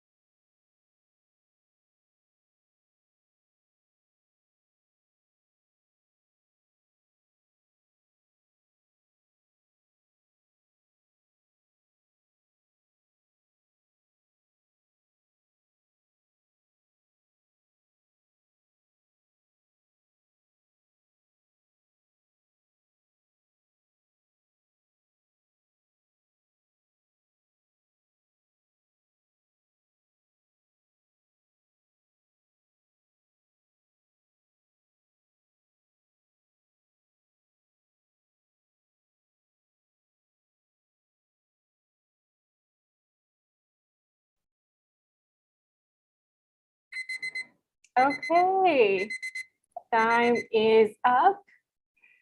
Hello. Hello, hello. Hello back again. We hope you are okay. Hope you're still alive and kicking after the simulation. We know it's not the best way to spend an afternoon, a Saturday afternoon especially, but yeah, you gotta do what you gotta do. We admire you though. Yeah, exactly. I mean, we've been there, so yeah, if you're still with us and you're not planning on attending the explain solutions, the correction of the simulation, please take a minute to fill in the evaluation questionnaire. Same thing as before, completely anonymous. It takes 3 minutes and it really helps us improve our events. And if there is anything that you'd like us to talk about or go more in depth, please let us know. This being said, as you probably noticed, once you finish the simulation, you can actually see your position in the ranking list. So it automatically puts you in the ranking list of all the people who successfully submitted the simulation. And we have a few messages. So if you ended up in the first half of the ranking list, then well done, pat your shoulder, you did great. And you can already have a rough idea about your preparation. It means that you're doing all right. If you ended up in the lower half of the ranking list, even in the last positions, please don't get depressed. Don't be too upset because you might have just graduated from high school. Maybe you finished your high school exams. You might be still in the early phases of your preparation, so no worries whatsoever. We all did crappy scores at the very beginning. Both Julia and I passed the exam the summer after taking our high school grad exams. So we had basically less than 2 months to prepare and we still made it. So please don't get upset if your score isn't what you expected. Don't get too comfortable if your score is what you expected or higher, because that's not useful either. But yeah, you are officially done. So now I think we can go directly into the explain solutions bit. And yeah, if you're leaving now, please fill in the questionnaire. Yeah, and also as for the other simulation you might do in the next few days, don't focus on getting always the same result, the same score, because the simulation are very different between one another. So don't just take the simulation with the mindset of, okay, I just need to score higher than 50, because it's not useful as a mindset, okay?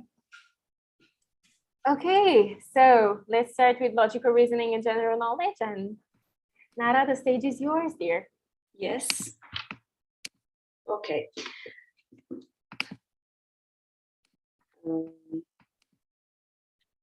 The first exercise can be solved with a system of equations. Basically, we have two unknowns, so we need two equations.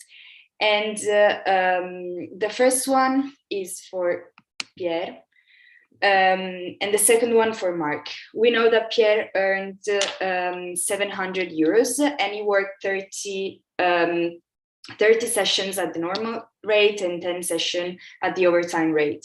So we can sum 30N plus NV, which gives us the total amount earned, which is 700. We can do the same for Mark.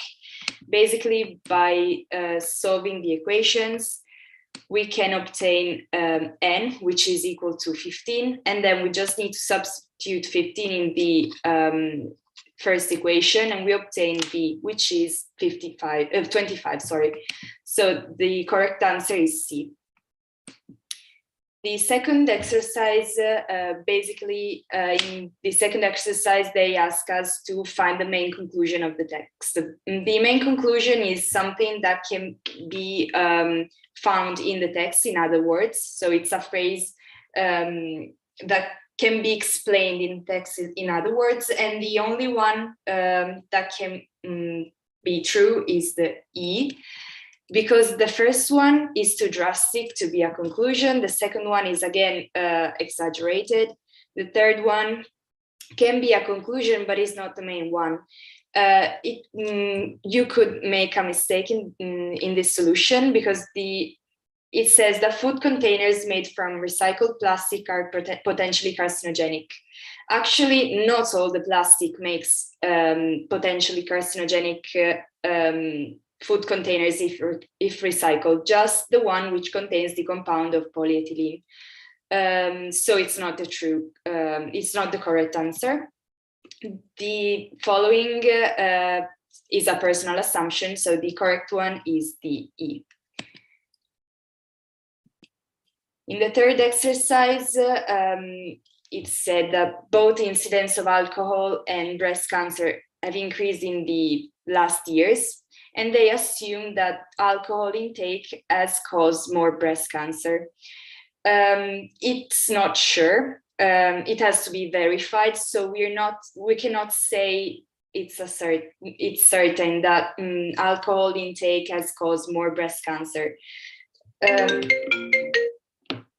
Oh, sorry, I lost everything.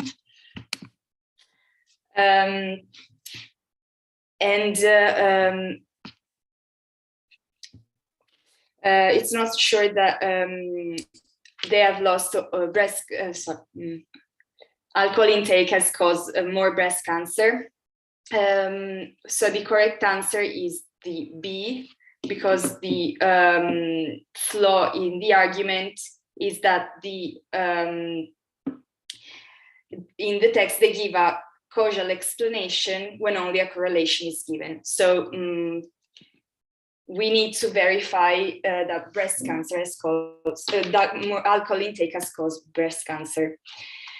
In the fourth exercise, they ask us which is the phrase that weakens the above argument. They say that worldwide demand of ivory has decreased in the past years, and they say that consequently there is a decrease in the hunting of elephants.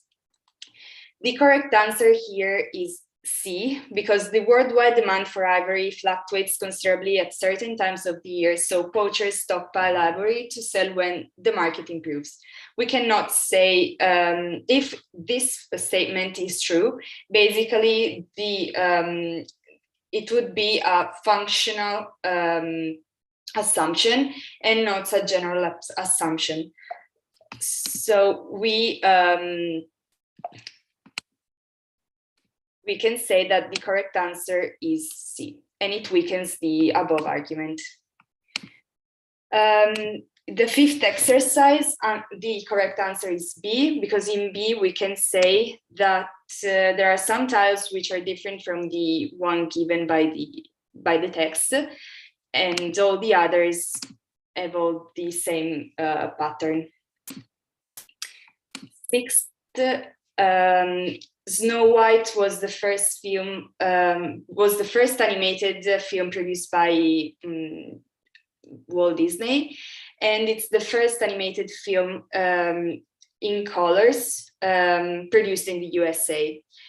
The others, Pinocchio and Fantasia, were produced in 1940, and the options D and E are correct, but they're not the first film produced. So the correct answer is B. The seventh, the highest chief town in Italy is Enna, which is 931 meters above the sea level. Two distractors could be Aosta and Bolzano, because they're in the mountains, and you know that the mountains are higher, are normally higher than the sea level, so you could choose one of the two, but actually Enna is the correct answer. The eighth, how many stripes are on the American flag? On the American flag, we have 13 stripes, which represent the original colonies, and then we have 50 stars which represent the 50 states. So the correct answer is C. 9, the anniversary, which has taken place in 2021, is the 75 years from the Constitution of the Italian Republic, which has taken place the 2nd June of 1946. All the others were wrong because the light bulb invention was in 1879, the penicillin discovery was in 1895, and then Anne Frank's death was in 1945, and in the Irish Independence War ended in 1921. The last one, Stephen Hawking was affected by amyotrophic lateral sclerosis, so the correct answer is C, and he was bound to immobility since 1980.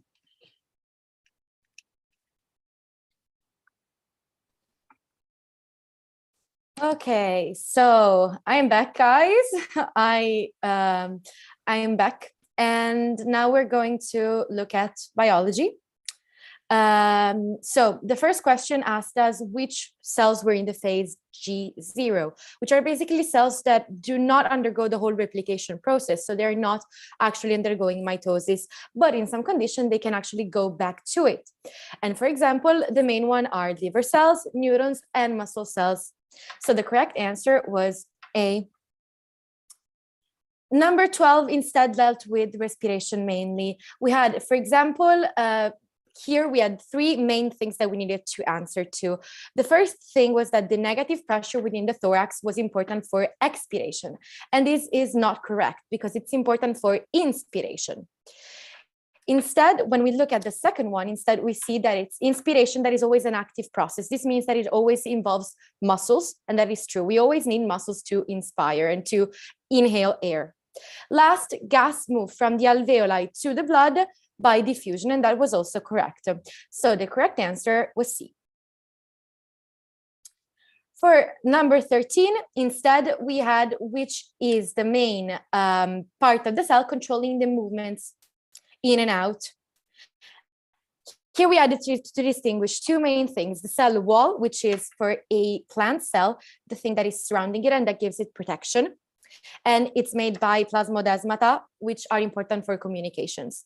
And instead the cell membrane, which is actually the one responsible for the control of and the movement of the substances. So there was this main difference between the 2. One could also argue that vesicles could have been a right answer, but actually vesicles are the vectors by which we have the hormones and we have the different ions flowing between the different cells. So it's not the function of the vesicles, it's the function of the cell membrane. Number 14, instead, what is the product that is common to both these 2 processes, oxidative decarboxylation and Krebs cycle? And this was CO2. Here you can see it in the oxidative decarboxylation, and you can also see it within the Krebs cycle. It was the only one that was common. Again, here we have also another sort of double multiple choice question. You're going to see those often when you're going to do these type of biology questions. So we can see that the first one was that lymphocytes mature within lymph nodes, and that is incorrect because they mature within the thymus, especially the T lymphocytes. The B lymphocytes instead mature within the bone marrow. Cytotoxic T cells do not produce cytokines. Those are helper T cells, so it's another type of T cells. And the last 2, between the last 2, only actually the antigen presenting cells can have MHC class 2 molecules. Within these, we also find B cells, not T cells. So T cells only have, for example, MHC class 1, but not class 2. So the correct answer was the one that contained all these. So it was E. We are almost at the end. What is the where does actually the trypsinogen gets transformed into the trypsin? The trypsinogen is produced by the pancreas, but it's transformed into trypsin only within the small intestine, so it's activated. Specifically in the image that we saw was within the duodenum, which is the first part of the small intestine with jejunum and ileum. So the correct answer was C. This was a more of a notion-based type of question. It was very hard to reason your way out of it, in my opinion, but you may know that herpes viruses are extremely big viruses, and they tend, so you know, herpes is something that we almost all of us have on the lips, so it tends to stick around for a long time, and this is because they actually get inside the DNA of our cells, and it's impossible for them to go away. So they have the same genome as our cells, so it's a double-stranded DNA. Last but not least, here it asked where the oncotic pressure was higher. We know that there are two types of pressure: the pressure given by water within our blood vessel, that is called hydrostatic pressure, and the pressure given by our proteins, that is called the oncotic pressure.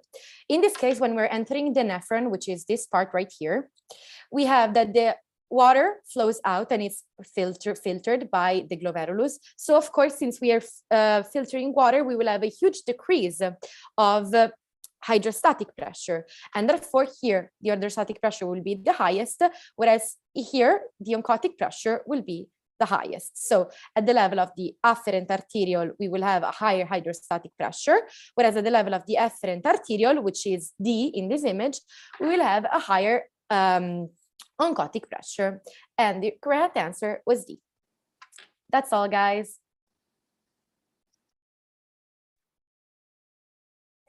Okay, here I am.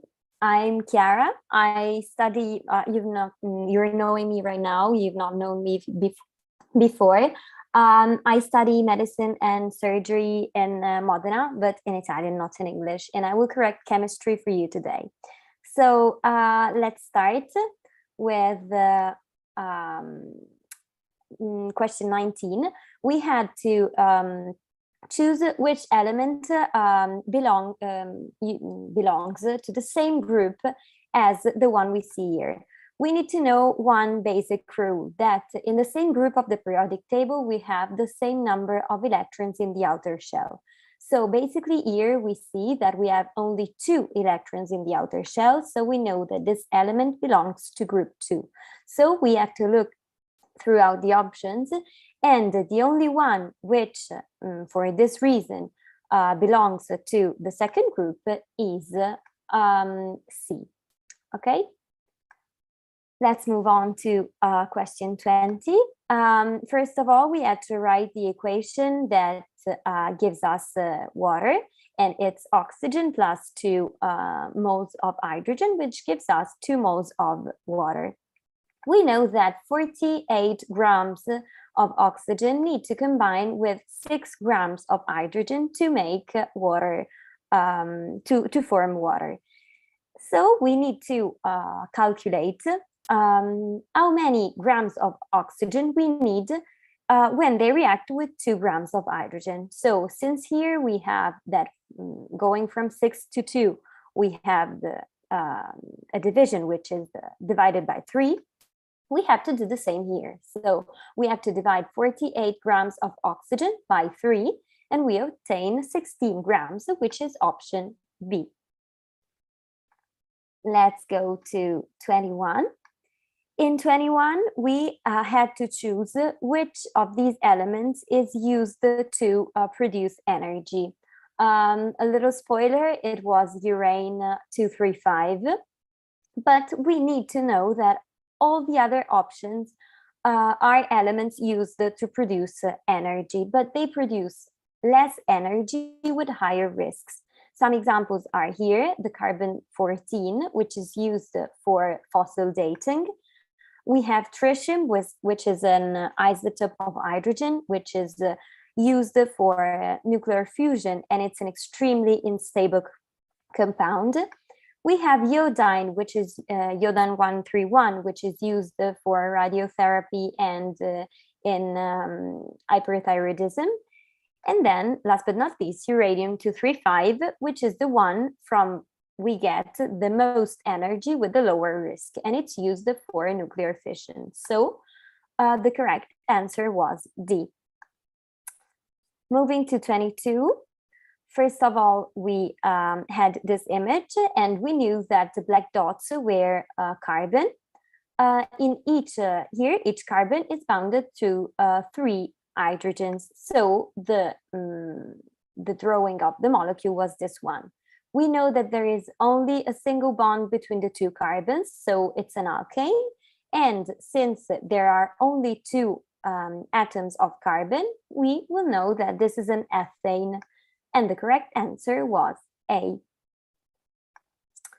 Going to 23, we knew that we had a solution with sulfuric acid, which is showed by this molecule, this formula, H2SO4, which had a pH of 4, so an acid pH. To this solution, we added some water, which is H2O, as you all know probably, which has a neutral pH, so a pH of 7. What do we know about the final pH? Like nothing, but that it must be contained between 4 and 7, because when we mix 2 different solutions, one with 4 of pH and one with a pH of 7, we know that the final pH will be contained between these 2. The only option in which the pH was contained between 4 and 7 was 6, and it was option B. 24. We had 2 elements, magnesium and chlorine, which are located here and there in the periodic table of elements. So magnesium on the left in the 3rd period and chlorine on the right, always in the 3rd period. And we had to analyze their metallic character. The metallic character goes like this. So it increases through the group and decreases through the period. So we know that the elements which have a higher metallic character are these ones, so the metals, while the non-metals, which are contained in the block P, have a lower metallic character. We need to explain why, and to understand why the metallic character goes this way, we have to look at the groups, and so at the outermost electrons. Magnesium, belonging to the 2nd period, has 2 electrons in the outermost shell, because it's here. While chlorine, belonging to the 7th group, just remember that 7 and 17 are the same. Just in this case, we are naming the groups with in some way. And if we call it 17, we are naming the groups in the Anglo-Saxon way, but it's actually the same. And chlorine has 7 electrons in the outer shell. So we know that magnesium has a higher metallic character because it has a lower number of outermost electrons. So the correct option answer was D. Last but not least, coming to 25, we had first of all to identify element X, which is magnesium, and element Y, which is sulfur. So the first, we had 5 options. We had to understand which one was correct, which one was incorrect, to give then a final answer A, B, C, D, or E. So the first one said that sulfur, element Y, was oxygen. This is incorrect because, as we have written here, element Y is sulfur. Then we have the second option, which says that element Y is a non-metal, and this is correct because here in the block P we have the non-metals, and these in green are semi-metals, but actually in the block P we have non-metals, so it's correct. So option 2 is correct. Then option 3 is incorrect because it says that the formula that we obtain by mixing magnesium to sulfur is X2Y. This is incorrect because the formula we obtain is only XY. In fact, the compound which is formed is this one, magnesium sulfur. Then we know that also the option 4 is incorrect because it says that X has a smaller radius than Y. Well, it's the exact opposite. X has a bigger radius than Y because the atomic radius goes in the same way as the metallic character. So it grows through the group and it decreases through the period. So the biggest atoms we have are here, located here, like rubidium and francium, while the option 5 was correct because element Y has a higher ionization energy than X because the ionization energy decreases through the group and increases through the period. So since sulfur, which is element Y, is located way more right than magnesium, it will have a higher ionization energy. So the correct options were 2 and 5, which were contained in answer B. So chemistry is done. I hope everything was clear, but if there are any questions, you can ask it down in the chat. Bye-bye.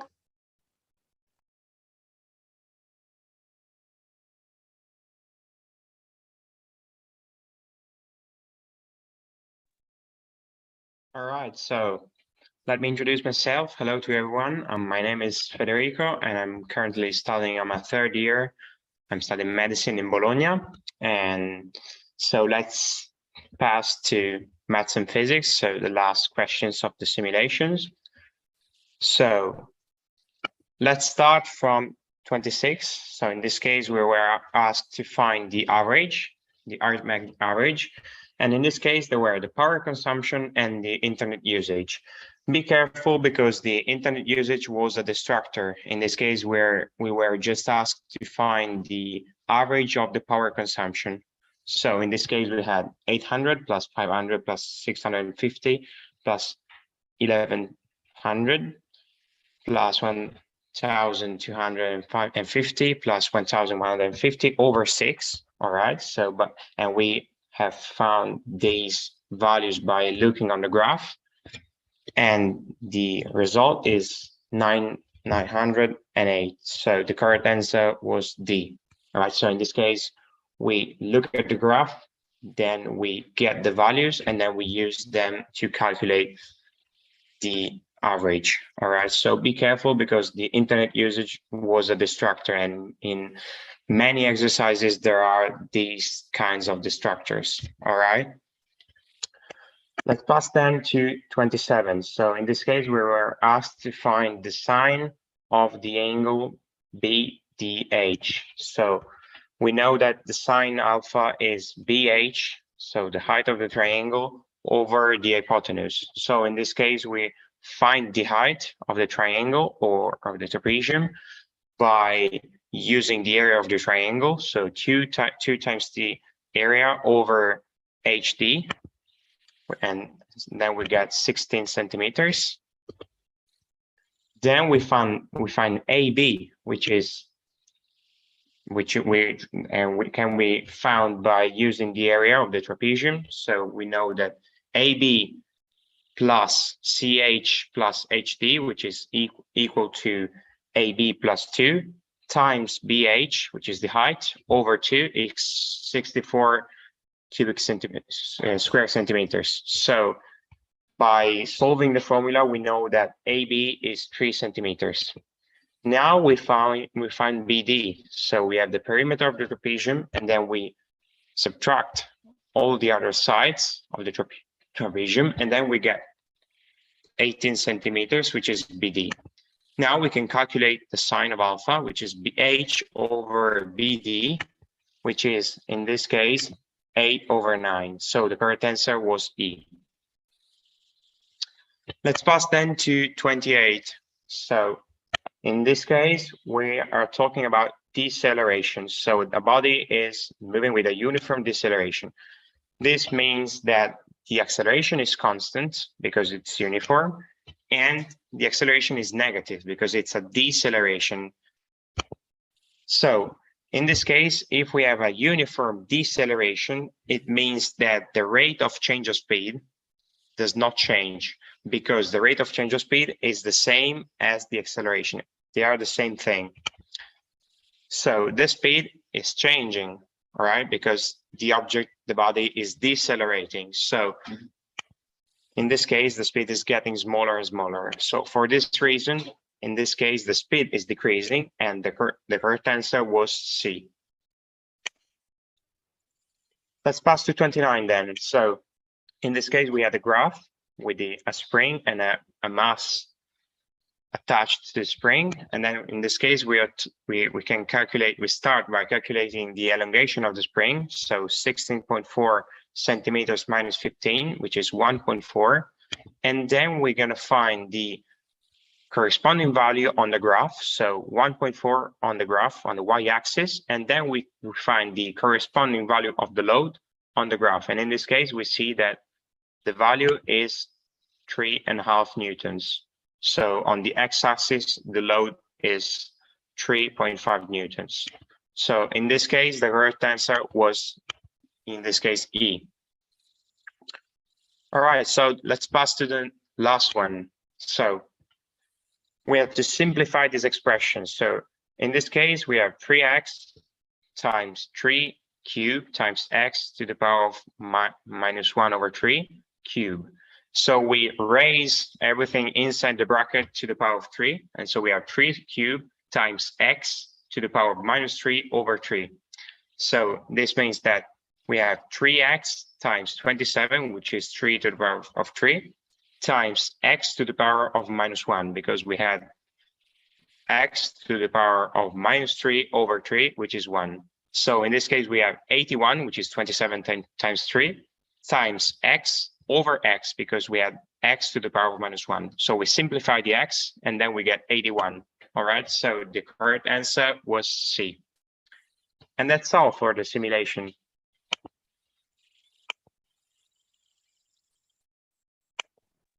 Okay, well done, everybody. I hope this correction was useful. I hope you enjoyed this amazing team that we're very fond of. Once again, I know we're boring already. If you haven't filled in the evaluation questionnaire, and if you've went through the whole event and still want to tell us what you think about it, please take a minute. It's super fast, super easy, anonymous, and it really helps us. So yeah, that's it. And don't run away, because we have the Q&A session. So if you still have questions, we actually selected a few of your questions that you asked during the event, because we found them quite interesting and helpful to other students. So we're gonna address those in a Q&A live session right now. Yeah. But you can also send them in if you have some new questions that just popped in your mind. Don't worry, just send them in. Yeah. Okay. Let's move. Yeah, we're annoying, I know. I recognize like that. Meme, just like Bernie Sanders, I'm asking once again to fill in the evaluation questionnaire. Don't you know the meme? Sorry, no, I was trying to to select the questions that we wanted to reply to. I'm so sorry. I was not paying attention to you, I have to admit. Okay. Right, I'm trying to filter the questions that we wanted to reply to. I think I'm I did it. Oh, I did it. Okay, this one. Sorry. So can you ask universities to defer entry by a year, or do you have to enroll in the same year you get an offer? So this is actually quite important, because in many other countries, I know it's not the same, but IMAT only applies to the year that you're taking it. So if you sit IMAT in 2022 and you get a spot in a university, you need to enroll in 4 days. Otherwise, you lose your spot. So it cannot be you cannot save your spot for next year. So if you want to apply for next year because you're still in high school, unfortunately, as of today, you need to wait for IMAT 2023. I know, a bit of a pain, but that's how it works. Yeah. Is it worth to try the IMAT test even if you don't have a high level of English? Where I read this one. Sorry. Do you want to take it, Julia? Yeah, I absolutely and strongly recommend trying the English test. Oh, sorry, which one? The second one, if it's worth trying the test, if you don't have a high level of English. It is worth it. It is extremely worth it because it is a way you can just study medicine, and it's another way you can study medicine in Italy, and it's not really a plan B. It's more like plan A, because it's still medicine. You'll still be a doctor after 6 years. You'll still be able to enter in the specialization in Italy, as well as in other faculties in Europe. So it's exactly the same as the Italian one. And also, if you are worried about your English, don't worry, because practice makes perfect. So the more you talk, you use it, the more you talk, the more you study it, the easier it will be to comprehend things, read it, and also talk, whether it is with your colleagues or with the professors during the exam. So yeah, I should definitely recommend it. So what are the main differences between the Italian and the English school? I would first address what's the same in the two. Both are 6-year, both are recognized in Italy and abroad. So that I reply to the second and the third question that you're seeing right now as well. So you can go abroad with the same degree, with the degree in English as you would do with the one in Italian, but you've studied in English, which would make it easier to go in an English-speaking country. The main difference, I would say, is the fact that they are usually a bit more clinical based. Most universities that offer a course in English are trying to make it a bit more problem-based learning kind of setting, clinical cases. They're trying to send students in the hospital to do clinical practice a bit earlier as compared to the Italian course. Usually, because classes are so small, it's much easier to interact with professors, and therefore you can create a good networking. I mean, I speak for myself. I think I've created for myself a network of health professionals that I highly doubt I would have gotten from an Italian medical school, just because classes are 300-400 students per year big. So you see there is a big difference. Yeah, that's about it. And usually exams are integrated and clinically oriented. I'm so sorry. It's 6 p.m. for everybody. Excuse me. If you have any specific questions on the difference, I'll be happy to explain. I enrolled without the language certificate. Is it compulsory to upload it? Absolutely not. As we mentioned, it is only considered in those cases where there are 2 students who scored the exact same score, so overall, and they scored the same in logical reasoning and general knowledge, in biology, in chemistry, and maths and physics, in this exact same order. So if you did logical reasoning, biology, chemistry, but then maths and physics is different, then they're going to look at maths and physics. If it's the same in all topics and overall, then they look at the language certificate. If you have a language certificate, you're given priority. If both candidates have a language certificate, regardless of the level, they're going to look at the age. So the younger candidate has priority. Hope it makes sense. So it doesn't really make a huge difference, because it's like 1 in a million cases. Yeah. Or maybe you could just skip little exam of English that you will have to take when you're in the university, which is like scientific English. If you have a certification, you could just present it and then skip the exam, but it's really an easy exam, so don't worry. Also, most courses in English actually don't have the exam in English just because. Oh, really? Oh, okay. Yeah, because everything is English based, so it doesn't really make sense to test English. Yeah. However, for instance, in Italian medical schools, they do have an Italian, an English exam, and of course, if you have this certificate, a language certificate, you just keep the exam, as Julia was saying. Yeah. Yeah. Okay.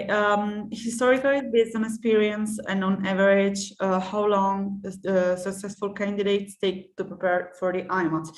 It really depends on how much time do you dedicate to it, and on your preparation, your starting preparation. So if you, for example, had a great high school that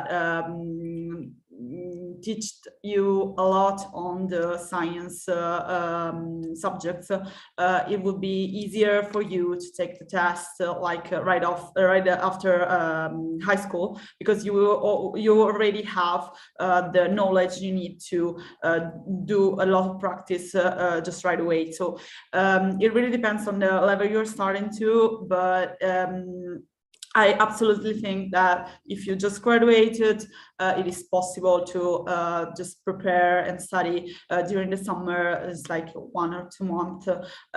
If you prepare in the right way, as we said, with a lot of practice and a lot of exercises, you will be able to pass the test even with just a month or 2 of preparation. You have something to add, Diana? No, you're perfect. Is PayMed question bank good? I mean, yes, in theory, yes, because both PayMed and IMAT are written by Cambridge Assessment. However, the exams are slightly different. So I think it's an extra that you might add into your IMAT preparation, but I would suggest that you get an IMAT question bank, either ours or anybody else's. But we really want to practice on IMAT-based questionnaires and question banks. If you're using BMAT only, I would suggest you still do the past papers from previous years, just to get acquainted with the questions and the general idea of the exam. Yeah. Okay. If I also prepare myself for the Italian test, can I do exercises and simulations, or I have to study all in English? Julia, if you don't mind, I'm going to take it because actually, so I wanted to do medicine in English. However, I didn't study anything in English basically during the summertime. And you would, I bet you're thinking, are you dumb? But actually, I didn't really put much planning into it. So if you're here, you're doing amazing already, let me say that. My tip is, if you know you're going to do IMAT and you want to succeed at IMAT and you want to score as high as possible, this is your plan A all the way through. My suggestion would be to study in English. If you see it's very time consuming and you're having a hard time and you think it's a bit of a waste, then do study in Italian and do quizzes and simulations in English. But if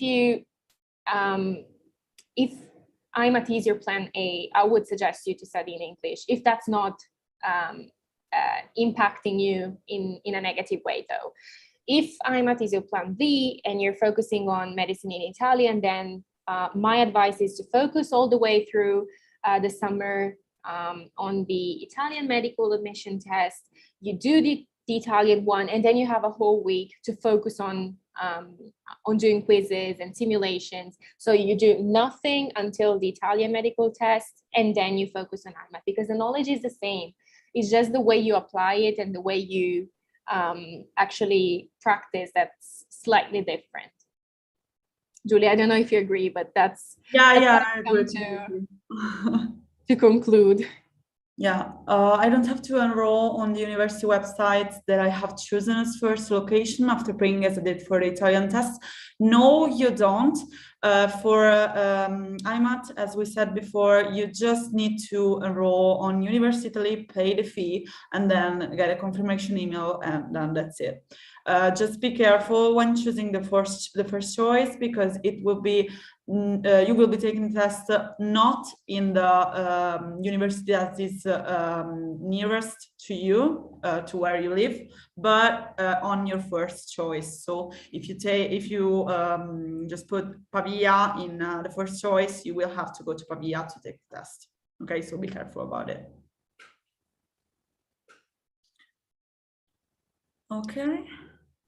Can you talk about more about ISE, what documents we need, and where and when to apply? So, and the second one is also about the income of a family. Basically, ISE is a indicator of the income of your family, of yourself and your family, in case you're still with your parents, living with your parents. You can actually apply even now for scholarships and financial aid if you need to. The best way to do so is get in touch with the offices that deal with fee reduction, fee exemption, and financial aid in the university that you've selected as the first one. You can actually apply for financial aid in all universities that you selected, so you can apply in each and every region of Italy that you've selected the university to. What's going to happen is, once you enroll in one university, all the other questions, all the other applications that you've made will simply be declined automatically without you doing anything else. But in order to obtain the documents, especially if you live abroad, I'd suggest to get in touch with the office, the international desk of these offices, because it might be that you need some special documents. In Italy, you just need your family income, your income, and financial information that, I mean, usually parents deal with. I'm not gonna get into much detail because I honestly don't deal with it too much myself. But yeah, you just talk to your accountant, your family accountant, you put together your income and you submit it, and that's about it. One thing that I want to point out is the fact that you can and you should do it now, because you enroll around the end of October into medicine, but usually the application for financial aid ends in early September, if I'm not mistaken. In Bologna, I think it's early September. So you will actually apply for financial aid before even sitting IMAT. I know it doesn't make sense for most of you, but that's how it works. And also be sure to check in, if you are not living in Italy, if you're not Italian, with the international desk about which scale you have to follow, because ISE sometimes depends on the university, but sometimes it applies only to Italian students, and for the European students you follow the ISE EU, which is a different scale. So just contact them and be sure to check with them which scale you have to follow, which documents you have to provide them. Okay. But get in touch with those in charge of financial aid and stuff like that, because you could actually not pay any university fee at all. So do get acquainted with these websites, because you could save a lot of money. And I think Italy should be praised for having very cheap education, higher education. Yeah. Yeah, that's it. If you still have questions, now is the time. 2 more minutes, like super fast questions. Otherwise, yeah, I think we are done for the day. Yeah. So I would wait like 30 seconds to see if somebody has a last minute doubt. If not, it was super nice having you. Thank you for following us. Thank you for your patience. We're sorry for the little hiccups that we had, a bit of a technical nightmare to do these events. But yeah, we're super grateful. Thank you for taking some time and filling in the evaluation form. We really appreciate it. And for your attendance, your questions, it was very nice. Yeah, it was super fun. I'm really glad we did it. And if you still have questions, you can always reach out to us on our social media. Don't be scared. it's Julia and me, basically. We're the monkeys that reply to your messages. So You yeah. can also send in memes or just like cute kitten videos. So if you want to contact us. Okay, that's it. Thank you very much, and take care. Good luck with IMAT, and bye-bye. Thank you. Bye-bye.